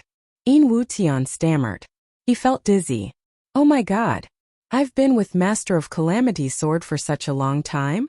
Not only that, he was even scolded by the Calamity Sword Master. Yin Wutian's anger suddenly disappeared. In fact, he even felt a faint sense of glory in the depths of his heart. The Master of Tribulation Sword. Mother. That is the Master of Tribulation Sword. The extremely mysterious Calamity Sword Master who rules over the entire Double Heavens continent. What knotted lotus root? He was searching for the Calamity Sword. The third fragment. Di Wuqingrou's saliva almost sprayed on Yin Wutian's head. He took away the third fragment of the tribulation sword right under the eyes of an idiot like you. Di Wuqingrou's self-cultivation could be said to be at the peak of perfection. Normally, he would not lose his self-control. But today he directly became ferocious. There was no other reason. Calamity Sword. Calamity Sword Master. This was the Tribulation Sword Master, who was related to the fate of the upper three heavens ruling clans. He had appeared and disappeared in front of him. Moreover, he had taken away the third fragment of the sword. So the so-called young man of the Yi clan that you brought to the treasury that day is undoubtedly the Tribulation Sword Master. Di Wuqingrou hurriedly paced back and forth in the room. This matter is a trap set up by Duke Yu and the Tribulation Sword Master. Jing Menghun and Yin Wutian looked at each other in dismay. Prime Minister, if you have a way, you can go to the upper three heavens and ask Duke Yu for an explanation. Jing Menghun bravely proposed. What kind of nonsense is this? The upper three heavens is going to change dynasties after the birth of the Calamity Sword. Duke Yu can't wait for the great clans of the upper three heavens to be destroyed so that other clans, such as his, can rise to the top. How could he tell me? Besides, Duke Yu has already climbed up the Tribulation Sword Master's thigh. As long as the Tribulation Sword Master doesn't die, he will succeed sooner or later. Then Duke Yu will ascend to the top. How could he reveal any information to me? You want me to ask? Isn't that the same as asking someone to slap me on the left side of my face? Isn't that asking for trouble? Di Wuqingrou roared. Jing Menghun hurriedly shrank his neck and said nothing. However, the information revealed by Di Wuqingrou's words made Jing Menghun's heart beat wildly. Oh my God! Prime Minister is a member of one of the great clans of the upper three heavens. This knowledge made Jing Menghun feel even more reverence for Di Wuqingrou. Di Wuqingrou's emotions calmed down after a while. He said, "It's over, never mind." Di Wuqingrou raised his head and looked at Jing Menghun weakly. He said, "You guys go out first. Wait for a while." Jing Menghun and Yin Wutian hastily withdrew from the room. Di Wuqingrou closed his eyes and tried hard to calm the waves in his heart. He picked up a pen, wrote a letter and sent it out. He was silent for a while. Then he stood up and said, "You guys come in." His voice had regained its usual elegance and calmness. The matter of the Tribulation Sword Master had a big impact on Di Wuqingrou. However, he had extraordinary willpower. So his mood had completely calmed down. However, Di Wuqingrou didn't know that he had misunderstood something. Others didn't know who king-level expert Jun was. However, Duke Yu clearly knew that he was Chu Yang, king of Hell Chu. However, Duke Yu didn't know that Chu Yang was the Tribulation Sword Master. Everyone was kept in the dark about this matter. The only person who knew about the appearance of the Tribulation Sword Master was Di Wuqingrou. However, Di Wuqingrou had thought that the Tribulation Sword Master was Duke Yu's friend. So, he had made such a wonderful mistake. Chu Yang's identity would have been exposed if this matter had been pursued relentlessly. Even if it hadn't been exposed, it wouldn't have been a secret to Duke Yu. However, due to a freak combination of factors and a serious misunderstanding, this secret that was supposed to be exposed continued to be maintained. Moreover, after this concealment, Di Wuqingrou would view Duke Yu as his mortal enemy from now on. This added a deadlock to the exposure of this secret. Jing Menghun and Yin Wutian hurriedly entered the study room. Di Wuqingrou cautiously said, "Your Golden Horse Riders department will play a big role in this war. So you two must be prepared." At this time, Chu Yang had quietly approached Di Wuqingrou's Chang Prime Minister's manor under the cover of the heavy rain. Chu Yang's body was like a demon in the pouring rain. His black clothes made him look like a ghost. He was floating in the rain like a weightless ghost. Every wall, every tree, every falling tree, and even every drop of rain had become his cover. Chu Yang had come to know how tight the defense of Di Wuqingrou's Chang Prime Minister's manor was after this secret infiltration. There were experts guarding the outermost perimeter of the Prime Minister's manor. They were closely watching every direction. Everyone who approached the young Prime Minister's manor was under their surveillance. Then, there were experts guarding him for every 100 feet he advanced. Moreover, they were patrolling in a circle in picturesque disorder. The outer circle of each defensive circle was focused on the blind spots of the previous defensive circle. From top to bottom, from outside to inside, they were monitoring him from all directions. If it weren't for this sudden downpour, it would have been impossible for Chu Yang to sneak into Diwu Qingrou's Chang Prime Minister's manor without anyone noticing. However, with this heavy rain, the impossible became possible. Diwu Qingrou's Yong Prime Minister's manor was an absolutely safe place that hadn't had any accidents for many years. With this downpour, who would be willing to be drenched by the rain? So Chu Yang carefully avoided it. Like a ghost, he floated close to the walls of Diwu Qingrou's Chang Prime Minister's manor. Naturally, the sword spirit's constant reminders were also the most important factors in his mind. After all, although there were many people who neglected their duties, there were even more people who were conscientious in their duties. How do I get up? Chu Yang looked at the 50 feet high wall and was worried. With his skills, he could naturally jump over it. But the problem was, there were definitely more experts watching this place. It was easy to get up, but not being discovered was indeed difficult. You can only take the risk, the sword spirit said sympathetically. Fuck. Chu Yang cursed in his heart. He had no choice but to take the risk. His body was stuck to the wall like a thin piece of paper. In the rain, Chu Yang's body was motionless. But he rose in a straight line without a sound. The raindrops fell on the ground and on his body. Chu Yang's head had already appeared on the wall. But he immediately stuck his head to the top of the wall. His body rose. Every bit he rose, he stuck to the wall.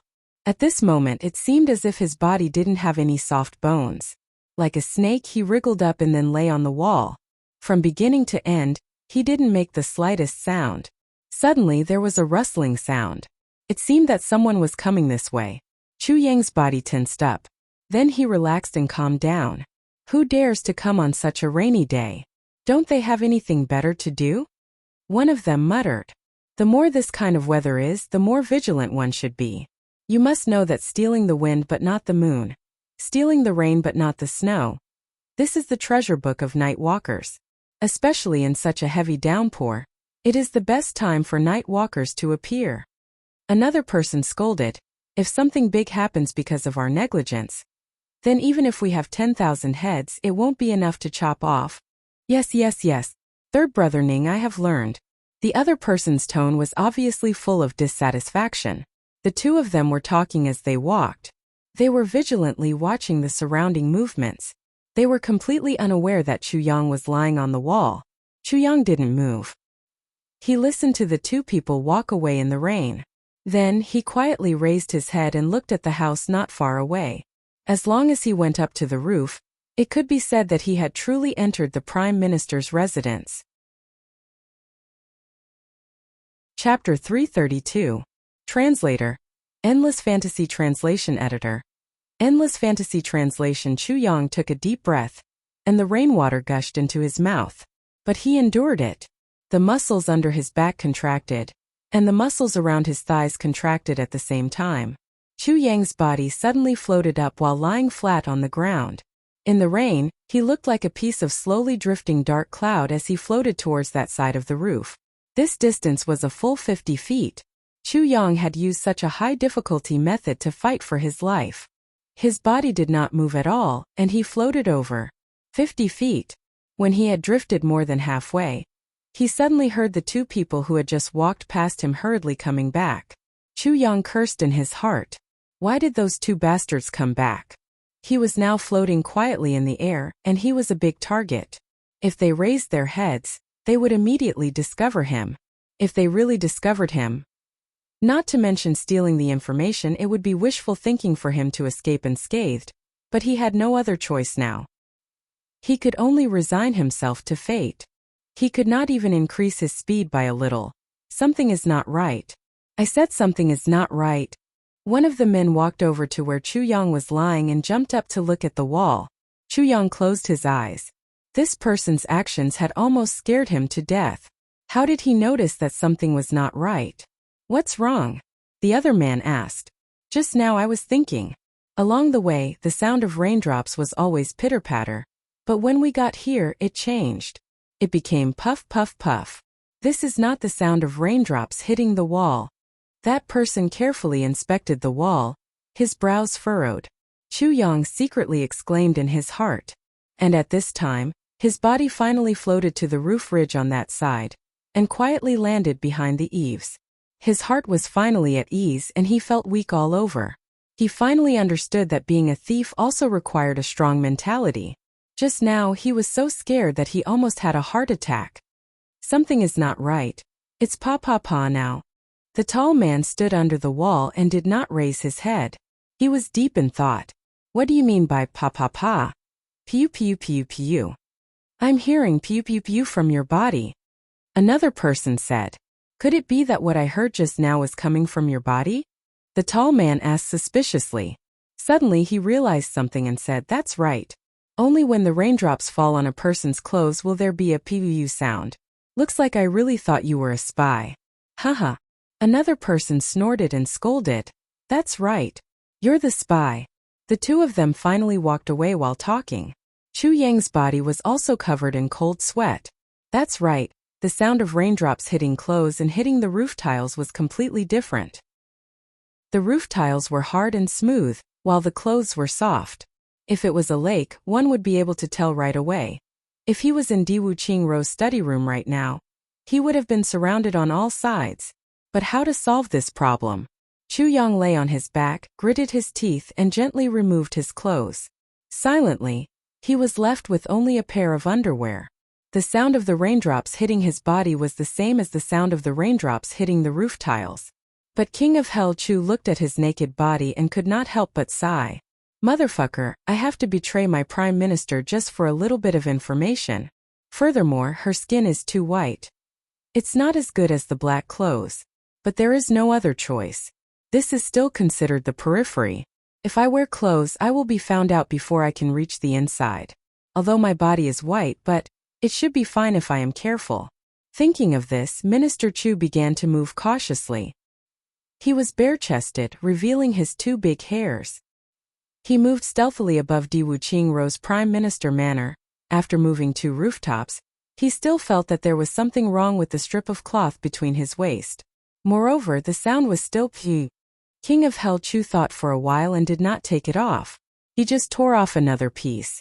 Now Chu Yang felt that it was fine. There was only a piece of cloth as thick as a finger left on his back. The front part of his body still had to be covered. But when the time comes, I can just lie down. The raindrops hit his buttocks and made pa sounds. However, such an image was simply too unsightly. Minister Chu smacked his lips. Who cares if it is unsightly or not? Anyway, no one will see it. This dark night is full of rain. The defense of the inner residence became even tighter. Chu Yang moved cautiously while listening to the movements below. At the same time, he observed his surroundings. He had already determined that although the defense of the Prime Minister's manor was tight, there should be 2 places with the tightest security. That was because all the defenses were set up to serve those 2 places. According to Chu Yang's guess, one of these places should be Diwu Qingrou's bedroom, and the other should be the study. The wind was mournful. The rain in the sky did not lessen. Instead, it became heavier and heavier. Chu Yang grimaced in pain as the water curtains rained down from the sky. He was suffering unspeakable pain. He could even feel the strong impact of the raindrops hitting his buttocks. It was actually able to make a dent in his buttocks before bouncing back out. Is this fucking rain or hail? Chu Yang cursed fiercely in his heart. However, such a heavy rain provided excellent cover for his movements. He had unexpectedly broken into the innermost area without any danger. The place he was at now was one of the 2 places with the tightest security. Chu Yang quietly lay on the roof. He carefully paused for a while. There was no movement below. He could not help but sigh. It seemed that his luck was not good. Diwu Qingrou was not inside. Chu Yang sighed resentfully and moved to another place. This time Chu Yang was even more careful. The sword spirit felt strained because Chu Yang had used a huge amount of spiritual energy in less than 2 hours. It was simply a sea of spiritual energy. To put it bluntly, if the sword spirit had not stored so much spiritual energy for Chu Yang in his consciousness space, Chu Yang would not have been able to calmly reach this place. This was simply something that exceeded everyone's expectations. The sword spirit frantically turned the medicinal energy into energy and transferred it to the tribulation sword. After the tribulation sword digested it, it turned into pure spiritual energy and entered Chu Yang's dantian. Then, it rushed up from the dantian and into the meridians of the whole body, supporting Chu Yang's actions this time. It could be said that Chu Yang was in this invisible place. Due to his extreme nervousness, he did not know that he had completed the most important cultivation of his life in the process of being a thief. This could be said to be a fool's fortune. Finally, Chu Yang was like a thin piece of paper. He silently landed on the roof of Di Wuqing Ro's study in the pouring rain. Then he slowly lay down. This was also because Chu Yang's luck was too good. Under normal circumstances, the roof of Di Wuqing Ro's study room was guarded by a martial expert. But today, this unprecedented rainstorm had drenched this martial expert. Moreover, when the rainstorm was getting heavier, Di Wuqing Ro personally ordered him to go down and rest. Now, this expert was in his own room feeling the thoughtfulness of Prime Minister Diwu. He did not know that his position had been completely occupied by someone else. Chu Yang quietly lay down. He quietly mobilized the greatest amount of energy he could use and listened attentively to the movements below. At this time, Di Wuqing Ro and Jing Meng were together, discussing the matters of this expedition. Han Buchu was taking notes on one side. Han Buchu's heart was filled with admiration for Di Wuqing Ro's strategic ideas. Some of Di Wuqing Ro's plans, strategies, arrangements, troops deployment, and arrangements were all linked together. There were no flaws. Every army cooperated with each other. Once something happened, at least 2 reinforcements would come immediately, using one's own bad news to form a trap for the enemy. In particular, the arrangements for each general were all in line with the general's temperament. So much so that Di Wuqing Ro had even included several generals of Iron Cloud in his calculations. Who should deal with whom? Who should deal with whom? Who should deal with whom? Who should deal with whom? Who should deal with whom? What weakness should be exploited? Di Wuqing Ro seemed to be able to see the nearby mountains and rivers. He pointed out the possible uses of each mountain and river, and the possible disadvantages that could be exploited by the enemy.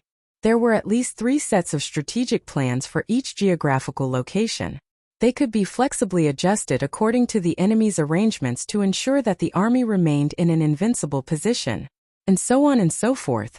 It was not only Han Buchu who was in admiration. Even Minister Chu on the roof was in admiration. He had never seen a person with such a good brain. Not only did he have complete control over his own people, but he also had a thorough understanding of the enemy. He even knew the geography of the continent in his heart. Even a mountain had grown a few feet taller over the years, and how to use these few feet in battle. Di Wuqing Ro even had a plan.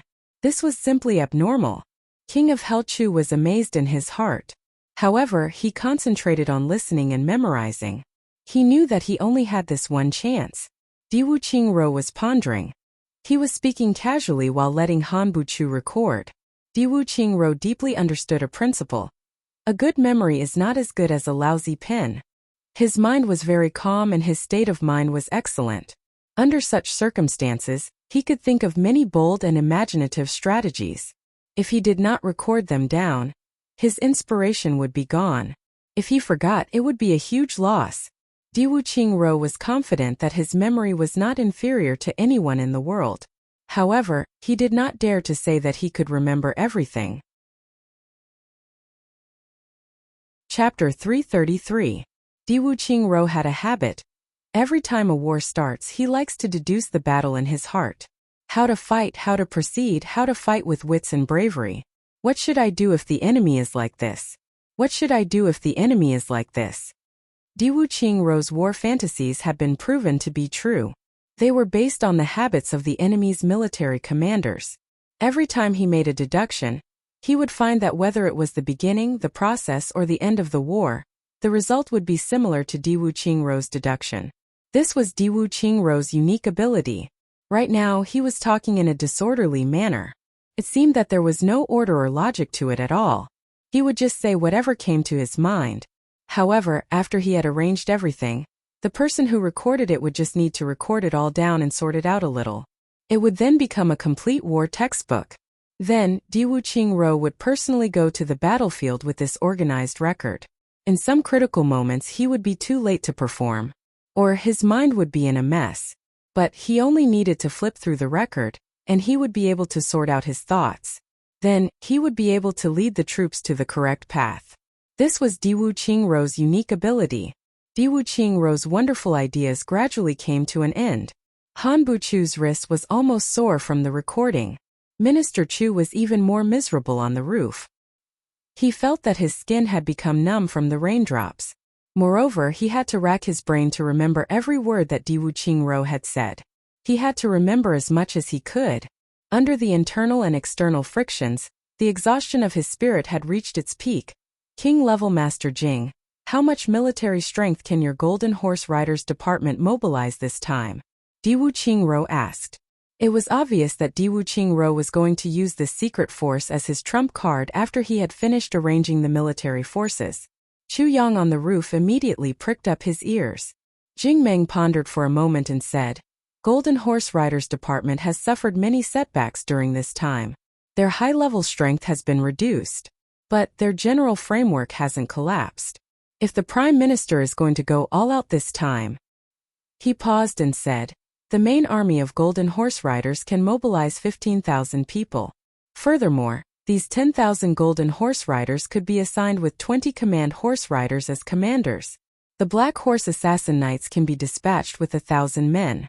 If the Iron Horse Cavalry is present, another 1,000 men can be added. If the Black Horse Cavalry is allowed to go into battle, there will be a total of 300 men. In the Golden Horse Riders Department, the Golden Horse Riders were in charge of combat, while the Command Horse Riders were the higher-ups. The Black Horse Riders were assassins, while the Iron Horse Riders were in charge of intelligence and scouting. The Black Horse Riders were in charge of punishment, while the Silver Horse Riders were not necessarily in charge of fighting, but they were in charge of money and making money. Every one of them was an extremely shrewd business mind. Jing Meng paused again and said, as for the strength of the Silver Horse Riders, if we gather them, we can provide Prime Minister with 100 million taels of silver for this war. Diwu Qingro nodded in satisfaction. He then said, we won't need to hold anything back in this war. It would be enough to have Yin Wutian stay behind with 100 people to take care of Yin Wutian. Naturally, the most important task was to suppress the prefectures, and there could not be any chaos. If there's any mishap, Jili will take action. It's better to kill the wrong person than to let them go, Meng Hun said. In other words, this time the Golden Horse Riders Department can dispatch 18,000 people? Yes. King-level leader Jing. You will personally lead the army to suppress the Golden Horse Riders Department. 20 Command Horse Riders will be scattered. Diwu Qingro slowly paced and said, this time there may be 3 big battlefields. You will divide the 18,000 people into 2,500 elite troops. You will divide them into 3 big battalions, each of which will be led by a Command Horse Rider. At the critical moment of the war, you will have the power to break through the enemy's ranks. Yes. Jing Meng Hun's eyes emitted a crazy desire to fight. In addition, you will personally lead 10,000 people. 14 Command Horse Riders will intersperse them. They will be the last force, and also the trump card that will decide the outcome of the war. Diwu Qingro said slowly. His eyes flashed. Jing Meng Hun hastily complied. He repeated it in his mind and firmly remembered it. Prime Minister, why do you want to divide them like this? Han Buchu was puzzled. If 18,000 people were divided into 3 battalions, wouldn't their fighting strength be even stronger? Moreover, no matter which side it was in front of, it would be a powerful force. 2,500 people. In a war with millions of troops, it was still too little. Golden Horse Riders Department is no longer a secret. Iron Cloud certainly knows about Golden Horse Riders Department. They have always been in awe of Golden Horse Riders Department. They have always been inquiring about Golden Horse Riders Department. But the number of people in Golden Horse Riders Department is a big secret. Besides King-level leader Jing, even I don't know the exact number of people in Golden Horse Riders Department. This is a result that I have intentionally created. Diwu Qingro gently smiled and said, therefore, according to Tai Longcheng's personality, He will inevitably train a group of elites to deal with Golden Horse Riders Department. Our 3 battalions have them. You should know that these 3 battalions together have a fighting strength of 8,000 people. Tai Longcheng only needs to face each other once to find out. The terrifying fighting strength of Golden Horse Riders Department will certainly surprise him.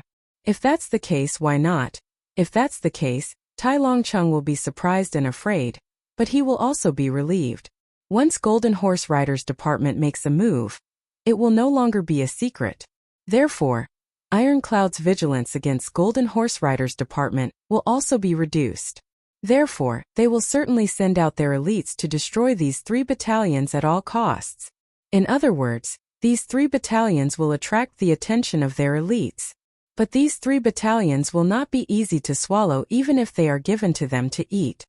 And when they gradually encroach on these 3 battalions of Golden Horse Riders Department, they will certainly be relieved, Di Wuqingro slowly said. At that time they will have the courage to fight. Di Wuqingro's voice was somewhat sarcastic as he said this. However, no one knows that I have left 10,000 of the Golden Horse Riders Department's elite fighting force to deal with him. So what will happen? Di Wuqingro chuckled. So that's how it is. These 10,000 people are the Prime Minister's true secret weapon. Han Buchu suddenly realized. Yes, this is the real force that will decide the outcome of the war. Moreover, it's also the most unexpected force. Di Wuqingro's eyes flashed with a trace of cold light. Kill the generals, seize the flag, and directly crush Tai Longcheng's main force. If I'm not wrong, it will fall on these people to capture Tai Longcheng and Tai Butian alive. The Prime Minister is wise. Han Buchu prostrated himself in admiration. Golden Horse Riders Department had always been a secret. But it was no longer a secret in the battle between the 2 sides. At the very least, the higher-ups of both sides were well aware that the other side was aware of it. And Di Wuqingro was playing tricks with this number of people. He was going to kill a team from the dark, and deal a heavy blow to the enemy. But he was going to use his real strength in this battle. And he was going to use it as a hidden killer move. The power that had already become clear was once again transformed into a dark and deadly blade. Chu Yang was listening on the roof. He was sweating all over. If he hadn't heard these words, he wouldn't have doubted if he had encountered this force on the battlefield. He would have fallen into Di Wuqingro's trap. If that were to happen, the 10,000 elites that would fall from the sky during the final battle would truly be caught unawares and consigned to eternal damnation. Di Wuqingro was really ruthless. He was willing to use a total of 18,000 elite soldiers as cannon fodder for the final victory. Okay, I will remember. Jingmeng said, Prime Minister, there is also the poison you asked me to collect last time. I have collected almost all of it. How much do you have now? Di Wuqingro asked.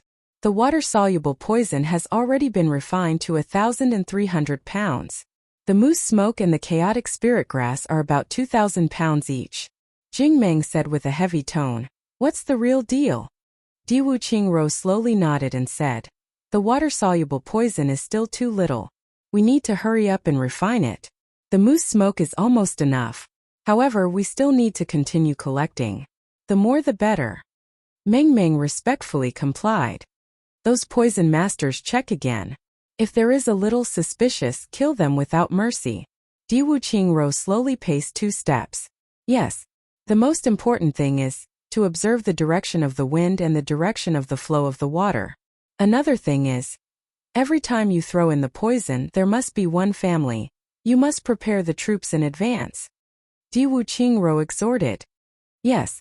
I have already told you these things to pay attention to. Then tell me again. Di Wuqingro's voice was very strict. This is a serious matter. You must not be careless. Yes. On the roof, Chu Yang's heart could not help but pound. This shock was really too big. His whole body was covered in cold sweat. He almost could not feel the pouring rain outside his body. Poison.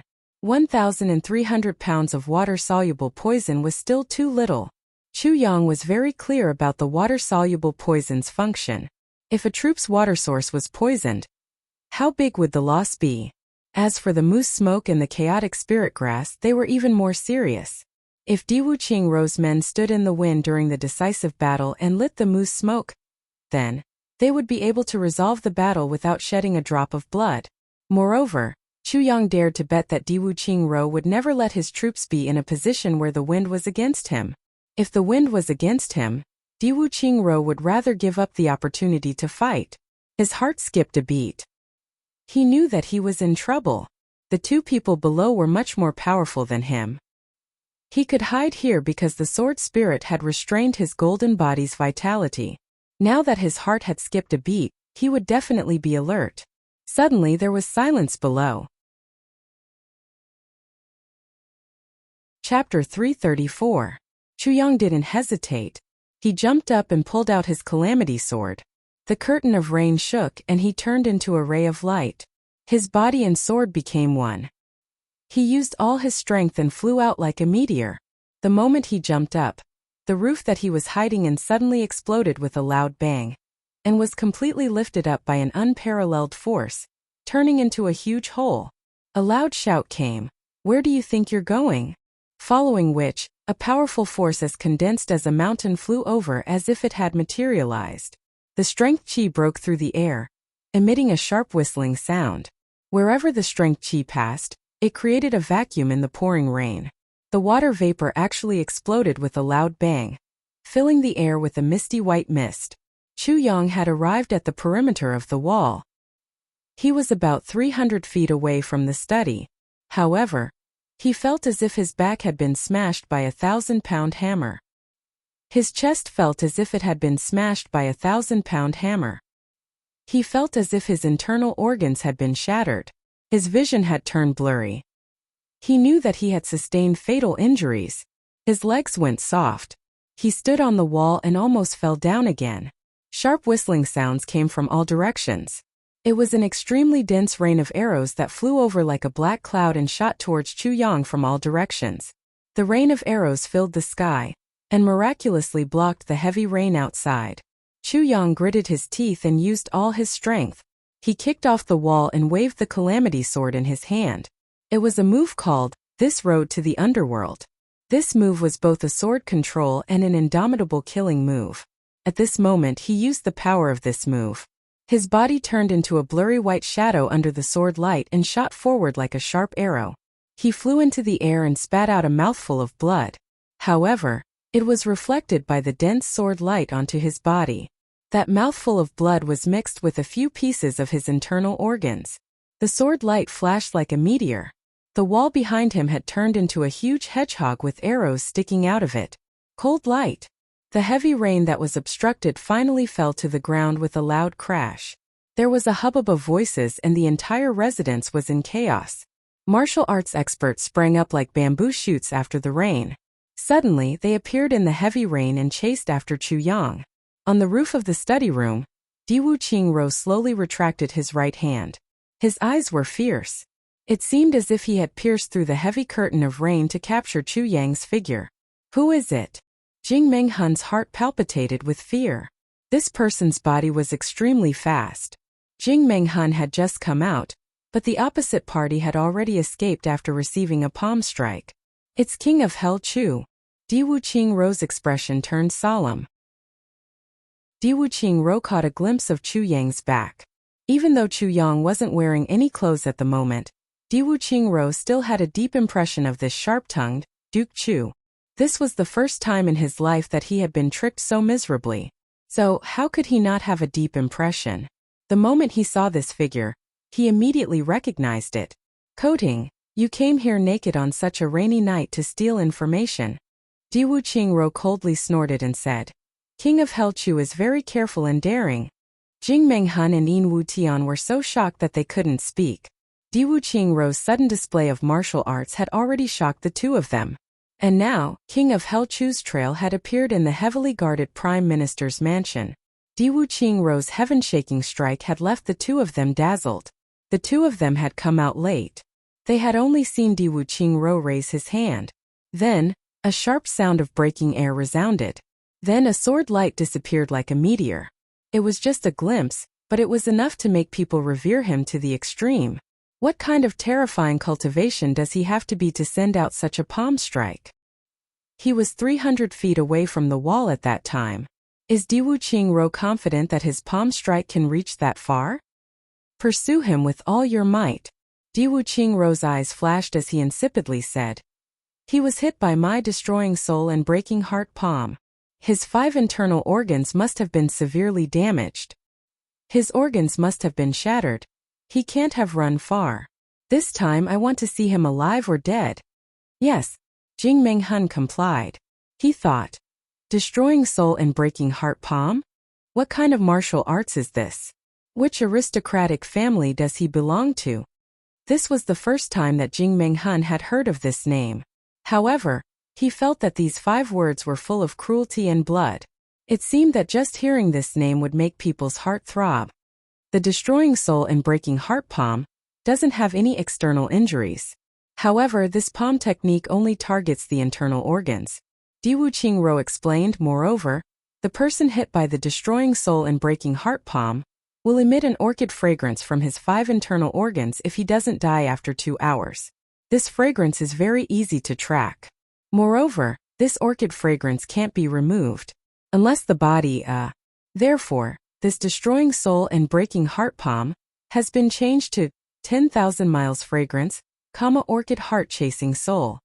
Diwu Qingro's sharp eyes looked at Jing Menghun. Do you understand? I understand. Jing Menghun's spirit was roused. He thought, I might as well hang myself if I can't catch King of Hell Chu this time with such an obvious tracking method. The prefectures and the nearby cities must be under lockdown. If you can't find him in 1 day, the lockdown will be extended by 50 miles. If you can't find him in 3 days, the lockdown will be extended by 500 miles. If you can't find him in 10 days, the entire Great Zhao will be under lockdown all the way to the border of Iron Cloud. Diwu Qingro said resolutely. Yes, it's better to kill the wrong person than to let him go. Even if you find him, you can't stop until you can confirm his identity. You must bring the person or the corpse back for me to personally confirm. Only then can the lockdown be lifted. Yes, kill Chuyang today, and we will have the country in our hands tomorrow. Diwu Qingro's eyes emitted a scorching light. We will do our best. He paused and then said, We will do our best. He paused again and then continued, If you escape from the hands of anyone, your clan will be exterminated. If you don't perform well in the search, your clan will be exterminated. If you don't report, your clan will be exterminated. If you cooperate, your clan will be exterminated. This lockdown will not be lifted as long as King of Hell Chu is alive. Yes. Go. You will lead all the command horse riders and the entire force of the Golden Horse Riders Department in this search. I will issue a lockdown order later. Regardless of the level of the officials, they will cooperate with you. Yes. If you can't find him in 2 hours, pay attention to the orchid fragrance. Go. Yes. I will take my leave. The people had gone far away, and the Prime Minister's mansion had become quiet. However, the entire prefecture had begun to fall into chaos. King of Hell Chu, it would be a miracle if you can escape from my destroying soul and breaking heart palm at such a close distance. But I don't believe that you are so lucky that you are blessed by the will of heaven. Diwu Qingro thought. If Chuyang is still alive under such circumstances, then there is no other explanation other than the blessing of heaven. Diwu Qingro returned to the study room and thought for a while. He looked at the rain pouring down from the big hole in the ceiling. His eyes flashed. He muttered to himself but still felt somewhat uneasy. This is too important. King of Hell Chu sneaked into the study room while I was making arrangements. It can be said that he has already seen through my entire plan. It would be terrible if King of Hell Chu escapes this time. The safest way is to turn King of Hell Chu into a dead man. And this time it was indeed a once-in-a-lifetime opportunity. Soul and breaking heart palm. Orchid fragrance. It can be said that King of Hell Chu's life has never been in my hands. Tai Longchong and Tai Butian won't be a problem as long as King of Hell Chu is killed. Diwu Qingro turned around, and his robe fell on the chair with a schwa sound. A black shadow suddenly shot out from the study room and jumped to the roof. It stopped in the void at the place where Chuyang was eavesdropping. Then, as if it was imitating something, it suddenly jumped up, and the sword in its hand turned into a round sword light. It swept through the rainy night, and reached the top of the wall. Then its legs went soft, and the long sword emitted a cold light. This person's figure suddenly disappeared along with the sword light. All of these actions were exactly the same as what Chu Yang had done earlier. In the darkness of the night, this person vaguely left behind a sentence. He leapt to the top of the wall to borrow strength from there. This kind of cultivation is definitely not at the king level. Yes, not at the king level. Even a king-level expert would have died without a doubt after that palm strike, let alone a mere revered martial artist. Diwu Qingro had always appeared in front of the world as a human. But this time he had personally set out to kill King of Hell Chu. Chu Yang was running for his life. He felt that his internal organs had been shattered. The injuries he had sustained this time were no small matter. Sword Spirit tried his best to use the medicinal efficacies to heal his injuries. But there wasn't much of an effect. You must immediately stop and find a place to treat your injuries.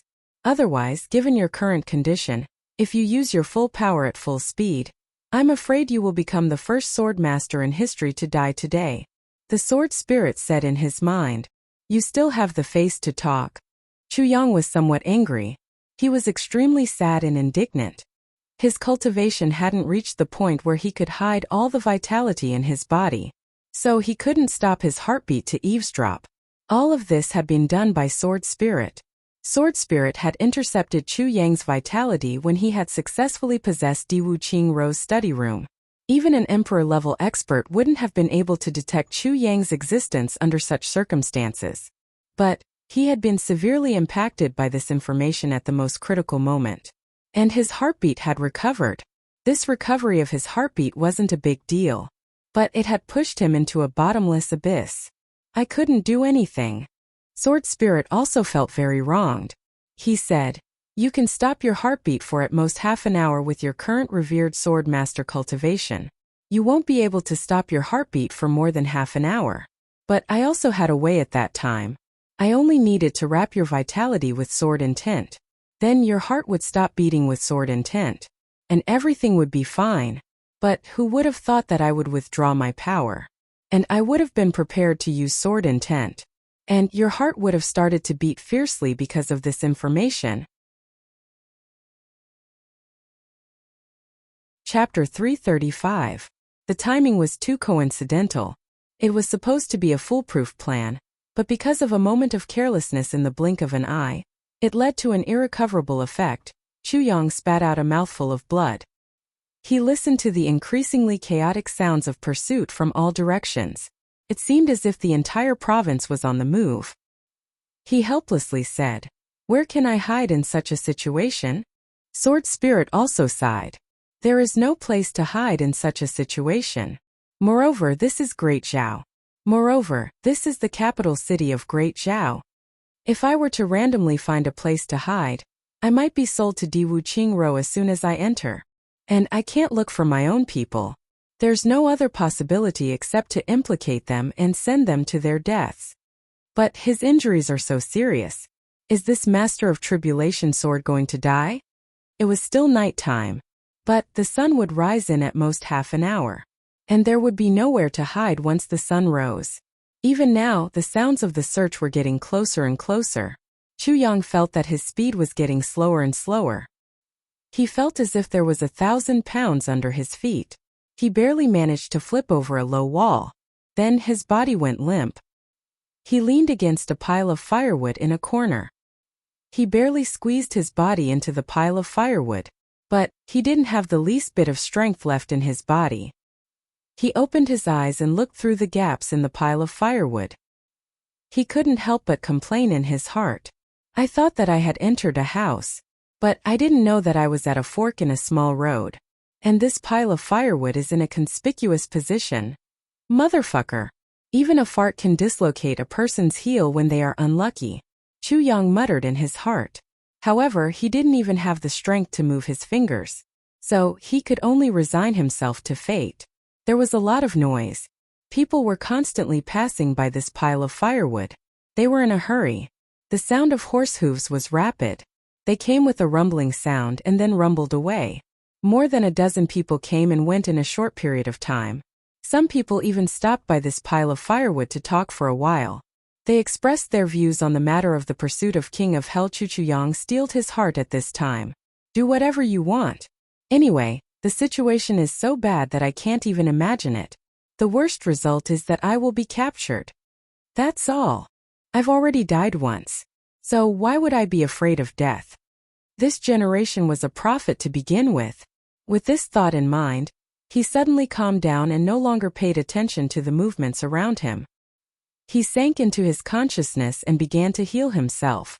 Sword Spirit, how are my injuries? Chu Yang calmly asked in his mind. Extremely serious. The Sword Spirit actually sighed. Your heart meridians have been severely shaken. In fact, they have almost shattered into fine powder. Your 5 internal organs have been damaged. Your liver has been ruptured. Your kidneys have been ruptured. And your lungs have been broken into 5 pieces. The smallest piece of them has already been spurted out by your blood. Your heart is on the verge of shattering. Sword Spirit solemnly said. You would have died if I hadn't used my sword energy to protect your 5 internal organs. He paused and said, if I release my sword intent now, you will die immediately. So serious? Chu Yang smiled bitterly and said, can it be cured? No. The Sword Spirit replied straightforwardly, unless it's the complete version of the heavy pill. In the current situation, even if you convert all the medicinal power in your body into healing power, it still won't work. Chu Yang smiled quietly and no longer spoke. The Sword Spirit was surprised. Why don't you continue to ask? I hate to see you keep me in suspense. Chu Yang snorted and said, I don't want to be laughed at even if I die. You obviously haven't finished speaking. What's the difference between me asking and not asking? The Sword Spirit smiled embarrassedly. He had no choice but to continue and said, there's only one way at the moment. That is, I'll continue to wrap your 5 internal organs with my sword intent. Then, I'll slowly use the medicinal power to heal your injuries. Of course, you can take the incomplete heavy pill first before that. Then you can barely move. But don't even think about a complete recovery. How do you mean barely move? Chu Yang frowned and asked. I must escape from the prefecture capital in the shortest time possible. The Sword Spirit quickly calculated and said, you can barely move like an ordinary person. But it's impossible to use your full strength. At most you can use half of your strength. Moreover, your body will be damaged every time you use it. Okay. Chu Yang didn't even think about it and directly agreed. The current situation was extremely bad. As long as he could recover a little bit of his ability to move, it would be better than sitting and waiting for death. He calculated the time and realized that he had been out for nearly half a quarter of an hour. He should still be near the Prime Minister's mansion at the moment. Oh, by the way, I have another bad news to tell you. The Sword Spirit said helplessly, you must hold on. What news can be worse than this? Chu Yang frowned. You must escape from the prefecture capital within 3 hours. The Sword Spirit also smiled bitterly. The power of your palm this time is very strange. If you don't die, your 5 internal organs will emit orchid fragrance after 4 hours. I can't block this kind of fragrance. Chu Yang was startled. Doesn't that mean that, no matter how I disguise myself, it won't help? You only need a dog to track me. Chu Yang had originally planned to disguise himself as long as he could recover a little bit of his ability to move. Then he would use this unparalleled disguising technique to travel thousands of miles back to Iron Cloud. But he was in despair when he heard about this. He could only use less than half of his strength, but he had to fight for 13,000 miles? Chu Yang smiled bitterly. Isn't this thinking too highly of myself? That's the truth, the Sword Spirit said. You don't have much time now. What kind of palm power is this? Even the Tribulation Sword can't do anything about it. Chu Yang muttered in his heart. But he immediately took a heavy pill and began to heal his injuries. Just as the Sword Spirit had said, he didn't have much time left. If he couldn't leave the prefecture capital within 3 hours, then this King of Hell Chu, the master of Tribulation Sword, would immediately die in this prefecture capital. Diwu Qingro was dressed in black. His face was covered with a black veil. He left the Prime Minister's mansion like a whirlwind and followed in the direction of Chu Yang's escape. If Chu Yang was next to him, his eyeballs would have popped out of their sockets. Because Diwu Qingrou's tracking route was exactly the same as Chu Yang's escape route. There was no mistake. One must know that Chu Yang looked like he was running in a panic. But in fact, he had already explored the escape route before he took action. Otherwise, how could he have left the sight of his pursuers as soon as he came out? There were many twists and turns along the way. He had changed directions at least 100 times. Diwu Qingrou suddenly stopped and landed in a corner of the wall. He looked at the dark brown bloodstain in the corner of the wall and frowned as he muttered, "This should be the effect of that palm strike.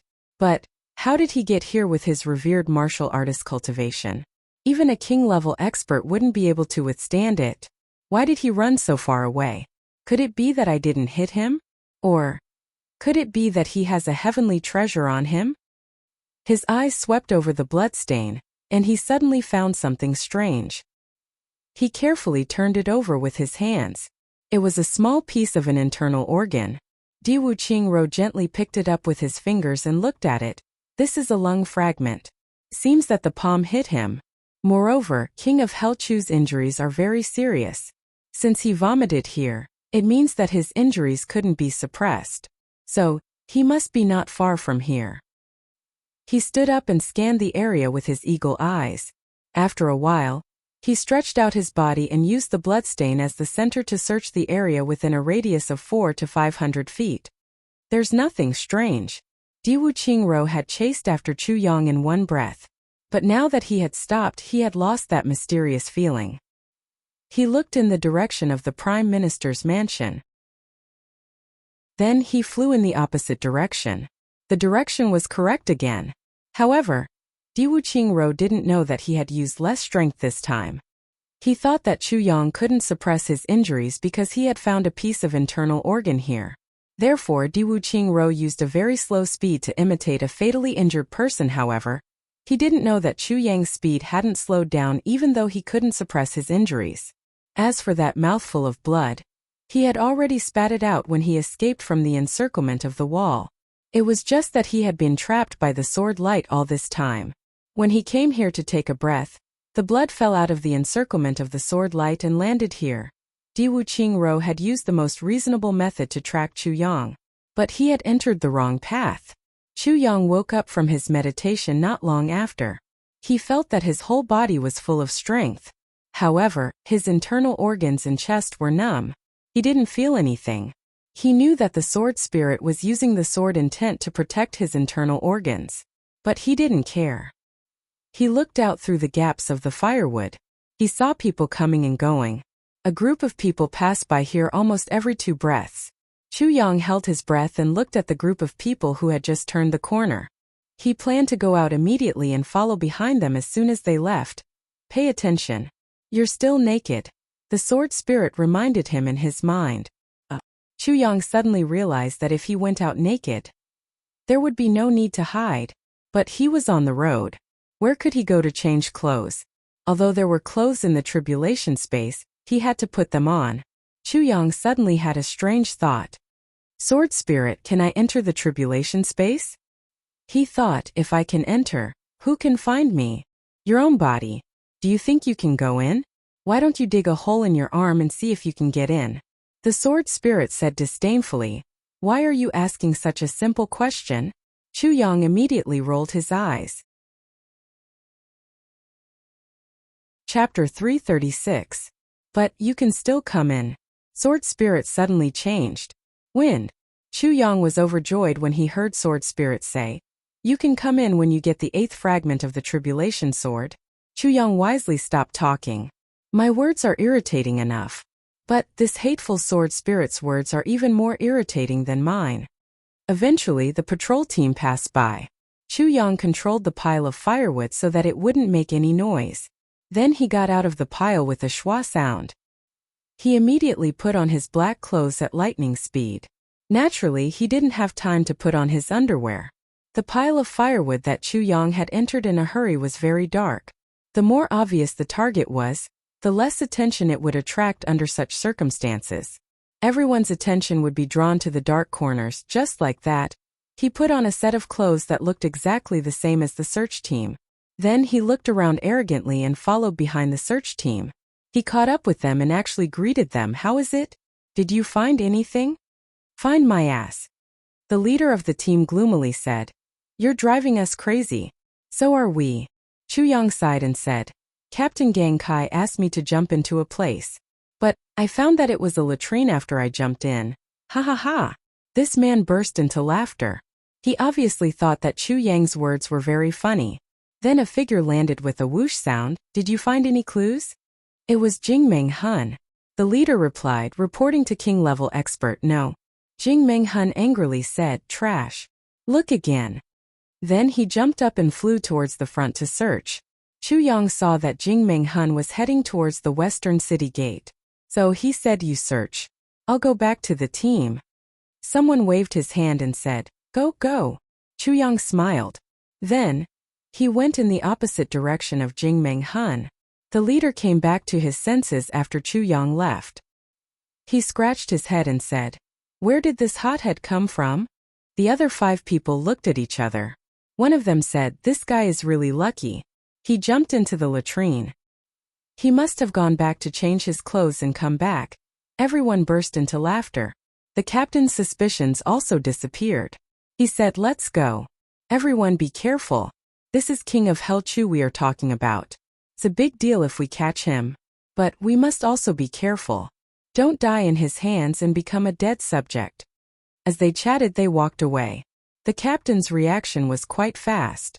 If he had followed his original train of thought, then Chu Yang's appearance alone would certainly have aroused his vigilance. After all, in this search everyone was in a group. Who would go alone? However, his subordinate's words perfectly explained the reason for Chu Yang's appearance. This was truly speechless. Chu Yang hadn't gone far at this time. So he couldn't help but smile when he heard this guy's explanation. He walked all the way to the east. After walking for a period of time, he came across several search teams in front of him. Chu Yang turned to the north. He had a thought in his heart. Instead of taking a roundabout route, I might as well go straight to the north gate. Iron Cloud is in the north of the province. He came across several search teams along the way. Chu Yang didn't evade or avoid them. He was natural and unrestrained. Chu Yang used the excuse that he had fallen into the latrine and had gone back to change his clothes. The north gate was in sight. However, Chu Yang saw it from afar. He sucked in a cold breath. He saw many black-clothed people gathered at the city gate. The city gate was tightly closed. The number of soldiers guarding the gate had increased by 5 times. Their swords and sabers were unsheathed and emitted a cold light. How can I pass through this gate? I can use excuses in the city, but I can't use such excuses to go out of the city. I'm afraid that I'll be taken back once I get close to the city gate. But there's less than a quarter of an hour left before my body starts to emit the orchid fragrance. What should I do? I can help you once. The sword spirit had also discovered Chu Yang's situation. So he said in a muffled voice, how can you help me? Chu Yang hurriedly asked. I can use the power of my spiritual body to help you change your appearance. You can change into another person's appearance and go out of the city. The sword spirit was very reluctant. It was because his spiritual body had recovered less than 10% of its power. If he helped Chu Yang this time, it would be reduced by more than half. However, he couldn't not help. He wouldn't dissipate if Chu Yang died. But the sword calamity would split up again. And he would be buried in the ground with the sword point for 10,000 years. The sword spirit can't accept such a result. Chu Yang made a prompt decision. Then, you immediately changed my appearance into that of Jingmeng Hun. Jingmeng Hun? The sword spirit was surprised. I didn't expect this guy to be so bold. Yes. Hurry up. Chu Yang looked at the black-clothed people at the city gate. His eyes suddenly emitted a murderous intention. At this moment, he suddenly thought of a plan under the advice of the sword spirit. Good. The sword spirit did as he said. He knew that there was no time to delay.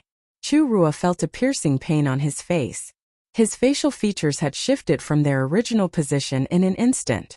If it was someone with a weak will, they would have already screamed out in pain. However, Chu Yang knew that this was a matter of life and death. So he didn't dare to make a sound. The sound of horses' hooves was heard. A group of people is rushing over here. Well, I forcibly changed your appearance into someone else's. I've used half of my spiritual power. I'm afraid I'll fall asleep if this happens again. You have to be careful. I can only change your appearance for 3 hours. The sword spirit reminded. Chu Yang was listening. He grabbed a cloak from the calamity space and put it on his body. Then he brazenly jumped out and blocked the way. He shouted in a seemingly urgent manner, "Get down!" The leading officer was shocked when he saw this. The first king-level master of the Golden Horse Riders Department, Jing Meng-hun, has arrived here. He hurriedly got down from his horse. King-level master? Chu Yang felt that time was passing quickly. He didn't want to waste time talking nonsense with him. So he shouted, "Get lost. I want to use your horse." Yes, the officer hurriedly moved aside. He had been ordered to come here. So, he knew that the first king-level master of the Golden Horse Riders Department was stamping with rage. So he didn't dare to disobey him.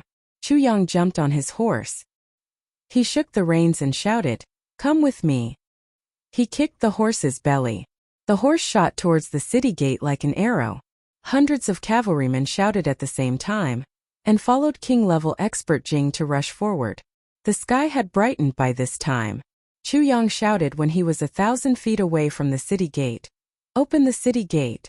Then he flicked his hand, and a jade token flew out. It was the jade token that Jing Meng-hun had given him. This jade token was the symbol of Jing Meng-hun's status. Chu Yang was sure that Jing Meng-hun wouldn't have enough time to change the token. Moreover, this matter was dishonorable. So, Jing Meng-hun wouldn't necessarily speak of it. Chu Yang's time had reached the end of the hourglass. The orchid fragrance on Chu Yang's body would have dispersed by the time the city gate was opened if he had spoken. Therefore, Chu Yang decided to take a risk. The expert of the Golden Horse Riders Department at the city gate heard an order. Then he saw a green light flying towards him. He caught it and turned pale with fright. This was King-level Master Jing's token. Then, he saw King-level Master Jing leading a large group of cavalry soldiers from afar. It was clear that he wanted to leave the city gate in one fell swoop. He hastily raised his hand and shouted, "King-level Master wants to leave the city. Quickly open the gate." The officer guarding the city gate hurriedly gave the order, and with a creaking sound, the city gate slowly opened a crack, and the gate slowly opened. Chu Yang had already arrived in front of the gate. He didn't stop. He shouted in Jing Meng-hun's voice, "You 100 people immediately change into the horses behind. Then, follow me out of the city to capture King of Hell Chu. Quickly, quickly, quickly." Chu Yang took the lead and left the city gate after he had shouted, "Quickly" 3 times. How could King-level Master Jing leave the city without his entourage? Even if he wanted to capture the King of Hell, he would have brought his men with him. How could he be alone? Therefore, Chu Yang immediately issued this order. This matter couldn't be concealed for long. But it could be delayed for as long as possible. There weren't any experts here. So it would have taken some time to transmit the news. Every second was as precious as gold for Chu Yang. The command horse rider of the Golden Horse Riders Department immediately shouted. He waved his hand and shouted in a stern voice, "Everyone quickly get on your horses. Follow me out of the city." It had to be said that the strict discipline of the Golden Horse Riders Department was evident at this moment. The experts of the Golden Horse Riders Department leaped into the air at the same time. Each of them had already kicked the galloping cavalrymen down from their horses. Then they mounted their own horses and clamped their legs together. Their horses didn't slow down in the slightest. Everyone from the Golden Horse Riders Department had already mounted their horses at the northern gate. Then they galloped out of the city gate with a whistling sound. The 200-plus cavalrymen who had been stabbed down hurriedly jumped off their horses. While they were rolling on the ground and screaming in pain, their horses followed closely behind the 100 cavalrymen in front of them, and rushed out of the north gate in a ferocious manner. The sound of the horses' hoofs rose like a whirlwind. Then they suddenly disappeared into the distance. Everyone woke up from their stupor as if they had just woken up from a dream. The Golden Horse Riders Department is tyrannical. The officer guarding the city gate looked at the mess of the cavalrymen. Almost everyone was groaning in pain. He couldn't help but speak these words in awe. Those who had dismounted from their horses were in a better condition. But those who had been kicked down from their horses had big bruises on their bodies. More than a dozen of them had broken their bones. More than 20 of them had fainted. How could such tyrannical people not be afraid? Chapter 337. Chu Yang urged his horse to gallop as soon as he left the city gate. He looked like a cloud of dust as he swept across the ground. He would turn around and shout every once in a while, "Keep up! Quickly keep up!" It was as if he would not give up until the horse under him was completely exhausted. He kept urging the command horse rider to keep up. He wanted to let the command horse rider know that this matter was extremely urgent. The king-level expert must have obtained some important information. That's why he didn't care about his horse. The command horse rider immediately felt the urgency of the king-level expert. So he couldn't help but urge, quickly, quickly. You will lose your head if you delay this important matter. Therefore, more than 100 people rode 300 horses as they rushed forward with all their might. The cavalry team rushed north. A big mountain appeared in front of them after nearly an hour. They had arrived at the foot of the mountain. They were in a dense forest. The horse was so tired that it was foaming at the mouth. Chu Yang shouted and pulled the reins. The horse slowly stopped. The command horse rider overtook him like a whirlwind. He immediately turned his horse around and asked, "King-level expert, what's wrong? We'll take a short break. We'll start the operation soon." Jing Menghun spoke in an extremely serious tone. "Has the King of Hell escaped here?" The command horse rider asked in amazement. "This King of Hell Chu is very fast if that's the case." "Yes, King of Hell Chu is in this mountain," Jing Menghun said. "This will be a fierce battle. You must rest well and succeed in one fell swoop." "Yes." This subordinate thanks the king-level expert for his support. The command horse rider's eyes flashed with a blazing light. "Capturing King of Hell Chu is a great merit. My luck is really good. Fortunately, I was guarding the north gate. Moreover, it seems that the king-level expert has received the news." He didn't have time to mobilize the troops and rushed over. In his heart, this command horse rider had already found sufficient reasons for Chu Yang's actions. However, he couldn't be blamed for this. After all, Chu Yang hadn't changed his appearance at the moment. Instead, he had taken on the appearance of Jing Menghun. Therefore, the command horse rider had become suspicious even under such circumstances. It could only mean that this guy wanted to rebel. "All of you stay here and adjust your breathing. Be quick. I'll go in and take a look. Then I'll get something to eat," Chu Yang said coldly. The command horse rider wanted to say that it would be better for his subordinate to do it for him. But he didn't dare to say anything when he saw king-level expert Jing's grim and sinister face. King-level expert Jing's black robe fluttered as he entered the forest. The crowd outside looked on curiously. The command horse rider was furious and said, "Why aren't you adjusting your breathing and recovering your strength? The king-level expert personally went to look for food, you bastards." Everyone hurriedly agreed and sat down cross-legged, concentrating on regulating their breathing. After a short while, a wild boar's scream could be heard from the dense forest. A rustling sound was heard as king-level expert Jing flashed out of the jungle. He was carrying 2 large chunks of flesh on his shoulders. He was walking over in quick steps. With a bang, he threw 2 pieces of meat on the ground. They weighed at least 5 kilograms. "Roast this and eat it quick," king-level expert Jing ordered in a resolute and decisive manner. "I have removed his internal organs and pulled out his bones. Do you know how to roast meat?" "Yes. Thank you, king-level expert. King-level expert is very considerate towards us. How can we dare to accept this?" The command horse rider started to flatter him. "What nonsense are you talking about? I'll give you a quarter of an hour to roast it and eat it."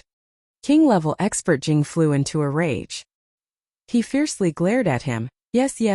The command horse rider's face was covered in cold sweat. He thought that he was too stupid. The king-level expert was obviously on fire. He didn't like anyone. How could he listen to flattery at this time? He turned around and issued a series of orders. You. Quickly go to the forest and look for firewood. You use your swords to set up a rack. You must roast it and eat it in a quarter of an hour. You go and separate the meat, quickly. Motherfucker, are you a fucking tortoise? After a series of orders, everyone started to get busy in full swing. These people were all experts. The weakest among them was a high-level martial great master. Their speed was very fast. The 2 pieces of meat were turned into pieces in the blink of an eye. There were a total of 103 pieces. Including Chu Yang, each person had a piece. The rarest thing was that other than Chu Yang's piece, the other pieces were of the same size. There was no deviation and it was extremely fair. More than 30 barbecue racks were also firmly fixed on the ground. Soon after, people came out of the forest carrying withered branches. They quickly put them down, and then rushed in like a gust of wind. Tap, tap, tap, a slight sound was heard. This was the sound of flint being struck. Soon after, thick smoke started to rise. The sizzling sound of barbecuing meat was also heard. The aroma of charred meat wafted out. Many people found that the meat was very delicate. Moreover, the smell of it was very delicious. It didn't seem like the meat of a wild boar. However, they looked at the king-level expert's dark face. He was sitting on the side like a star of death. His cold face seemed to freeze everyone. Who would dare to fart? It was already good enough to eat meat. What's more, it was such delicious meat. If some ignorant person went up and asked, "King-level expert, this doesn't seem to be the meat of a wild boar," 80% of the people were sure that the king-level expert would immediately jump up and scold, "Eat it if you don't want to. Get lost if you don't want to eat." Then he would issue an order, "If you don't want to eat it, then you are not hungry." Then set off immediately. If that was the case, everyone would want to cry but have no tears. It didn't take long for everyone to return. The firewood they had was enough for 3 rounds. Everyone was like a lake, so there was no need for anyone to organize them. The 3 of them sat around the barbecue grill. Some of them were even trying their best to use their essence force to stimulate the flames, making them burn brighter and brighter. There was only a quarter of an hour. If the meat was not cooked by then, the king-level expert would not wait. He would probably leave the meat here after it was done. Everyone would leave by themselves. With the king-level expert's current irritation, he would definitely do such a thing. Therefore, everyone was very obedient. Even the command horse rider lowered his head and looked at the barbecue. He didn't dare to let out a fart. His face was so ugly that it seemed as if he could kill anyone at any time. However, he was secretly happy in his heart. He looked at the poisonous flood dragon's meat being cut into pieces and roasted on the fire. It was emitting an enticing fragrance. Many of the pieces had been roasted until they were yellow. The fat was sizzling out of the meat. It fell into the fire and emitted an even more fragrant smell. This poisonous flood dragon's meat is a first-class poison in the world. There is no antidote. Moreover, no one can detect the poison in it. This is a fucking treasure. It's a pity that I lost 50 kilograms of it this time. Chu Yang thought in his heart. His face was gloomy. From time to time, he would glare fiercely at the crowd. Every time he glanced at them, many of them would shudder at the same time. So they became more and more respectful towards each other. Is it not done yet? King-level expert Jing asked impatiently. It will be done soon. The command horse rider shivered. He almost put his hand into the fire as he hastily replied. Hurry up. King-level expert Jing said in a stiff and cold voice. Yes, yes. The command horse rider lowered his head. He tried his best to use his magic power to cook the meat, but the cold sweat on his forehead couldn't help but drip down. He was very worried. Would King-level expert Jing tear me apart if I had said one more word? King-level expert Jing is too scary. It's too frightening. It's no wonder that King-level Master Jing has been in a bad mood ever since King-level Master Kong was killed in battle, and King-level Master Jing was seriously injured and disabled.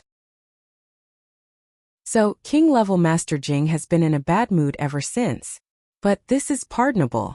I would have been more irritable than King-level expert Jing if I had been in his place. The enemy who killed my brother is standing in front of me. It would be strange if King-level expert Jing can still maintain his normal state of mind. He suddenly felt a strong fragrance coming from the 2 pieces of roasted meat in his hand. He was pleasantly surprised as he shouted, "The meat is done! The meat is done!" I swear to God. This command horse rider had never felt so excited about a piece of roasted meat in his entire life. My side is also done. Our meat is also done. Oh! Everyone became excited. Many people swallowed their saliva as they greedily looked at the roasted meat in their hands. This meat is very good. It's very appetizing. It's a pity that there's too little of it. It's barely enough to fill my stomach. King-level expert. I'll give you the meat. The command horse rider politely walked over and placed the best piece of meat in front of king-level expert. This piece of roasted meat was very good. It was charred on the outside and yellow on the inside. The oil was still bubbling on the surface of the meat. It was emitting an enticing fragrance. Put it down. King-level expert Jing's voice seemed to have softened. The command horse rider was secretly happy. But he heard king-level expert Jing roar again. What are you looking at? The meat is done. Why aren't you eating it? Do you want me to ask you to eat it? Everyone felt as if they had been granted amnesty as soon as these words were spoken. They grabbed the roasted meat in front of them and took a bite. Many people cursed in their hearts. Fuck. Who dares to eat first if you don't speak? Motherfucker. It's a sin to wait for you to eat first. You're in a bad mood. You can't be such a bastard. The command horse rider also grabbed a piece of meat and took a big bite. He suddenly felt an indescribable taste enter his throat. It was so fragrant that his whole body felt comfortable. His eyes couldn't help but brighten. He grabbed that piece of meat and quickly swallowed it down. He threw the last bite into his mouth and chewed it carefully. He couldn't bear to swallow it down. He sighed and said, "Such a wonderful roasted meat. Even if I die, I won't die in vain. Thank you, king-level expert." Chapter 338. The command horse rider nodded vigorously, and finally swallowed the meat with a flattering smile on his face. He earnestly said, "King-level master. This is the best barbecue I've ever eaten in my life. No, including the other dishes. This is the best food I've ever eaten in my life." His voice was sincere. It was obvious that these words weren't flattery. They were sincere. Then he saw king-level Master Jing smile strangely and say, "I'm very pleased in that case." Then, the command horse rider suddenly felt that everything in front of his eyes had become somewhat blurry. He felt as if he was in a dream. His mind was in a daze. He even felt as if he had returned home. It was very warm and very comfortable. Therefore, he slowly fell down with a smile on his face. Behind him, more than 100 people's bodies went limp, and they all wore comfortable smiles on their faces. Chu Yang calmly looked at more than 100 people slowly falling to the ground. They were lying on the ground in a disorderly manner. His eyes were ice cold. Do I feel emotional? Yes. Do I feel sympathy? Not necessarily. Because my information has already been leaked, and these people will chase after my soul as long as my disguise lasts longer. They'll kill me for joy. There's no right or wrong in this world. There's no right or wrong. There are only different positions and different paths. There are only relatives and enemies, life and death. Chu Yang looked at the corpses on the ground. His eyes were ice cold. He insipidly said, "This is your path. And it's also my path. We've chosen this path of Jianghu. And this is our final destination. Today it's you. Perhaps it'll be me tomorrow. Therefore, I won't say sorry." 1. He was silent for a moment. Then, he walked to the side of the command horse rider and took out Jing Menghun's identity token from his bosom. He stood still for about 2 breaths of time. Then he turned around. Chu Yang cut open his wrist with a puff sound. His blood carried a strange orchid fragrance as it flowed out. The pain of his muscles being torn apart assaulted him like a tidal wave. Chu Yang's eyes were calm and his face was indifferent. He carefully smeared his blood drop by drop on the horse's body. Then he picked up the long whip. More than 300 horses were whipped to flee in all directions by him, galloping in all directions. The fragrance of orchids spread out, becoming fainter and fainter on the ground. Chu Yang's complexion was cold and solemn. He pulled over the remaining warhorse and jumped on it. Then he clamped his legs together and endured the dizziness brought about by the blood loss. He galloped towards the north without looking back. On the ground, corpses were scattered all over the place. The sound of the horse's hooves was like thunder, rolling away without looking back. My goal is clear. I'm heading north. Diwu Qingro. Stop me if you have the ability. I Chu Yang will not beat around the bush with you, because I'm running out of time. If I take a roundabout route in order to escape, then that would be exactly what Diwu Qingro wants. I'm afraid that the war will break out before I can even return to Iron Cloud. Moreover, Diwu Qingro will try his best to take advantage of my absence and use all means to maximize the victory. Chu Yang couldn't bear the consequences. Therefore, even though he was already heavily injured and could die at any moment, and even though he clearly knew that he would definitely die on this journey of 10,000 miles back, and that he might even die in the wilderness at any time, he still chose the shortest route and used the fastest speed he could achieve to rush back as quickly as possible. Chu Yang knew that Diwu Qingro was aware of his plan. Therefore, Chu Yang also knew that this journey of 10,000 miles would be a matter of life and death for him. It was the best opportunity for Diwu Qingro to kill him. However, he had no other choice. The sound of the horse's hooves faded away. Jing Menghun's black robe fluttered in the wind as he frantically swept back and forth over the continent's citadel. He knew the serious consequences of King of Hell Chu's escape. He also knew that this was a once-in-a-lifetime opportunity. Moreover, it was the key to the victory of the war between the two nations. Therefore, he was very careful. He even used his highest skill to search. He didn't let go of any nook and cranny. However, he didn't find anything. King of Hell Chu had been like a drop of water falling into the sea ever since he had left the Chung Prime Minister's residence. There wasn't any movement from him. The Golden Horse Riders Department had mobilized a total of 250,000 soldiers to conduct a net-like investigation. They had combed through the entire province. However, there was no news. Jing Menghun had to admit that 2 hours had passed since he couldn't find the target along the way. All the orchids in every flower shop in the city had been thoroughly destroyed. This was enough to ensure that there was no smell of orchids in this huge continent city. King of Hell Chu could be found as long as the fragrance of orchids appeared. However, the fragrance of orchids didn't appear. Jing Menghun finally arrived at the north gate after a round of searching. He became furious when he saw the situation. What's going on? Who allowed you to open the gate? The officer guarding the gate had a strange reaction when he saw Jing Menghun arrive. He opened his mouth wide and stared as if he had seen a ghost.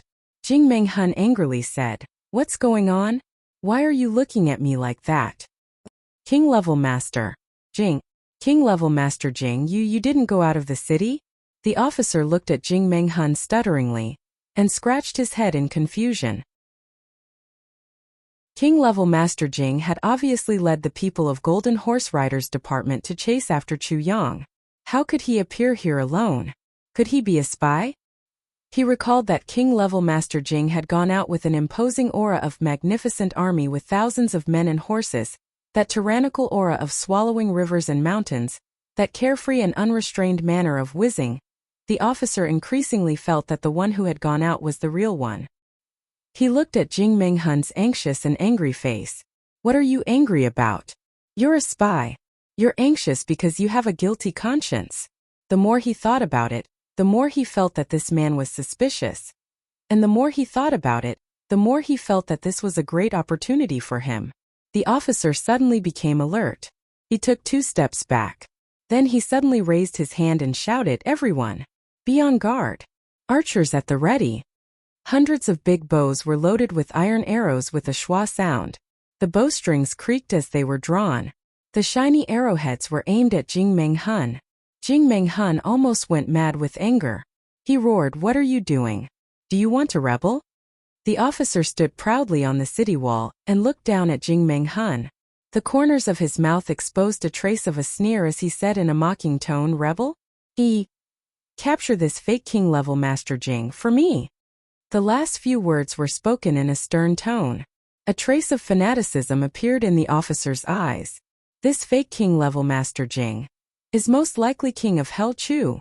It would be wonderful if King of Hell Chu is captured by me. Ha ha. Promotion, riches and titles of marquis and generals. The officer trembled with excitement as he thought of such a beautiful future. He was so happy that he almost fainted. The city gate was closed at the same time. The soldiers who were guarding the city gate quickly mounted their horses and formed a huge arrowhead in an instant. Thousands of horses galloped towards Jing Menghun and rushed towards him. A team of infantrymen followed the cavalrymen under the command of their commanding officer. They dispersed and circled around to outflank Jing Menghun. The sound of the bugle horn was loud and clear. The soldiers surrounded Jing Menghun from all directions and surged forward like a surging tide. They formed the most powerful fighting force in the shortest time possible. The infantrymen, cavalrymen, and archers formed a cross of firepower and surrounded Jing Menghun. Great Zhao's army was ferocious and elite, and had displayed their ferociousness. However, the elite operation this time had targeted the wrong target. Jing Menghun was furious. He had never imagined that he would encounter such a situation when he had been searching for King of Hell Chu at the most important location of the northern city gate. This is absurd. He let out a loud shout. His black robe flashed and he flew high into the air. The dense arrows hit his body and issued puff sounds and then bounced back. His skin was as hard as steel under the influence of his tyrannical king-level strength. Swords and spears couldn't penetrate his skin. His hands continuously stretched out and grabbed a human body with bang sounds. He then threw it out. Jing Menghun was furious, but he knew that this was a misunderstanding. Moreover, it was a crucial misunderstanding. Therefore, he was very careful in his actions. He would only throw people out. He wouldn't cause any casualties. He leaped like a whirlwind and broke through the swords and spears that were standing in a forest. He then flew up to the top of the city wall with a loud shout. He then slapped his palms on the battlements and jumped up and landed in front of the officer with a schwa sound. His big hands were like pliers as he grabbed the officer. The officer was startled. He was about to dodge, but Jing Menghun had already grabbed him. Jing Menghun got to know what had happened from the frightened officer after a quarter of an hour had passed. "I'm so angry." Jing Menghun was so angry that he was about to go crazy. He was so angry that the hair on his head stood erect. He then shouted and lifted this guy up and threw him down the city wall. A bright flower of blood appeared in front of the city gate with a puff sound. Jing Menghun didn't hesitate. He blew the special communication signal of the Golden Horse Riders Department. Then he rolled out from the top of the city wall like a wisp of black smoke. However, he didn't notice that while he was raging, a figure had already flashed and disappeared outside the city. Jing Menghun was frantically galloping towards the north along the arches of his horse's hooves. He was unceasingly whistling in a high-pitched manner. Teams of experts of the Golden Horse Riders Department were gathering in the city. Then, they were gathering towards the northern gate from all directions. They were moving at an extremely fast speed. They were constantly galloping out of the city like lightning. People were shouting and horses were neighing. But they were moving in an orderly manner in this chaotic place. Nobody had spoken a word during the entire process. You're tuning into the Li Mei's Wuxia Whispers YouTube channel. We're so grateful for your support. And don't forget to subscribe to join us on this incredible journey through captivating stories. Your generosity through donations truly makes a world of difference, as it's the primary source of revenue that allows me to expand and enhance this channel for you. Thank you from the bottom of my heart for being a part of this adventure.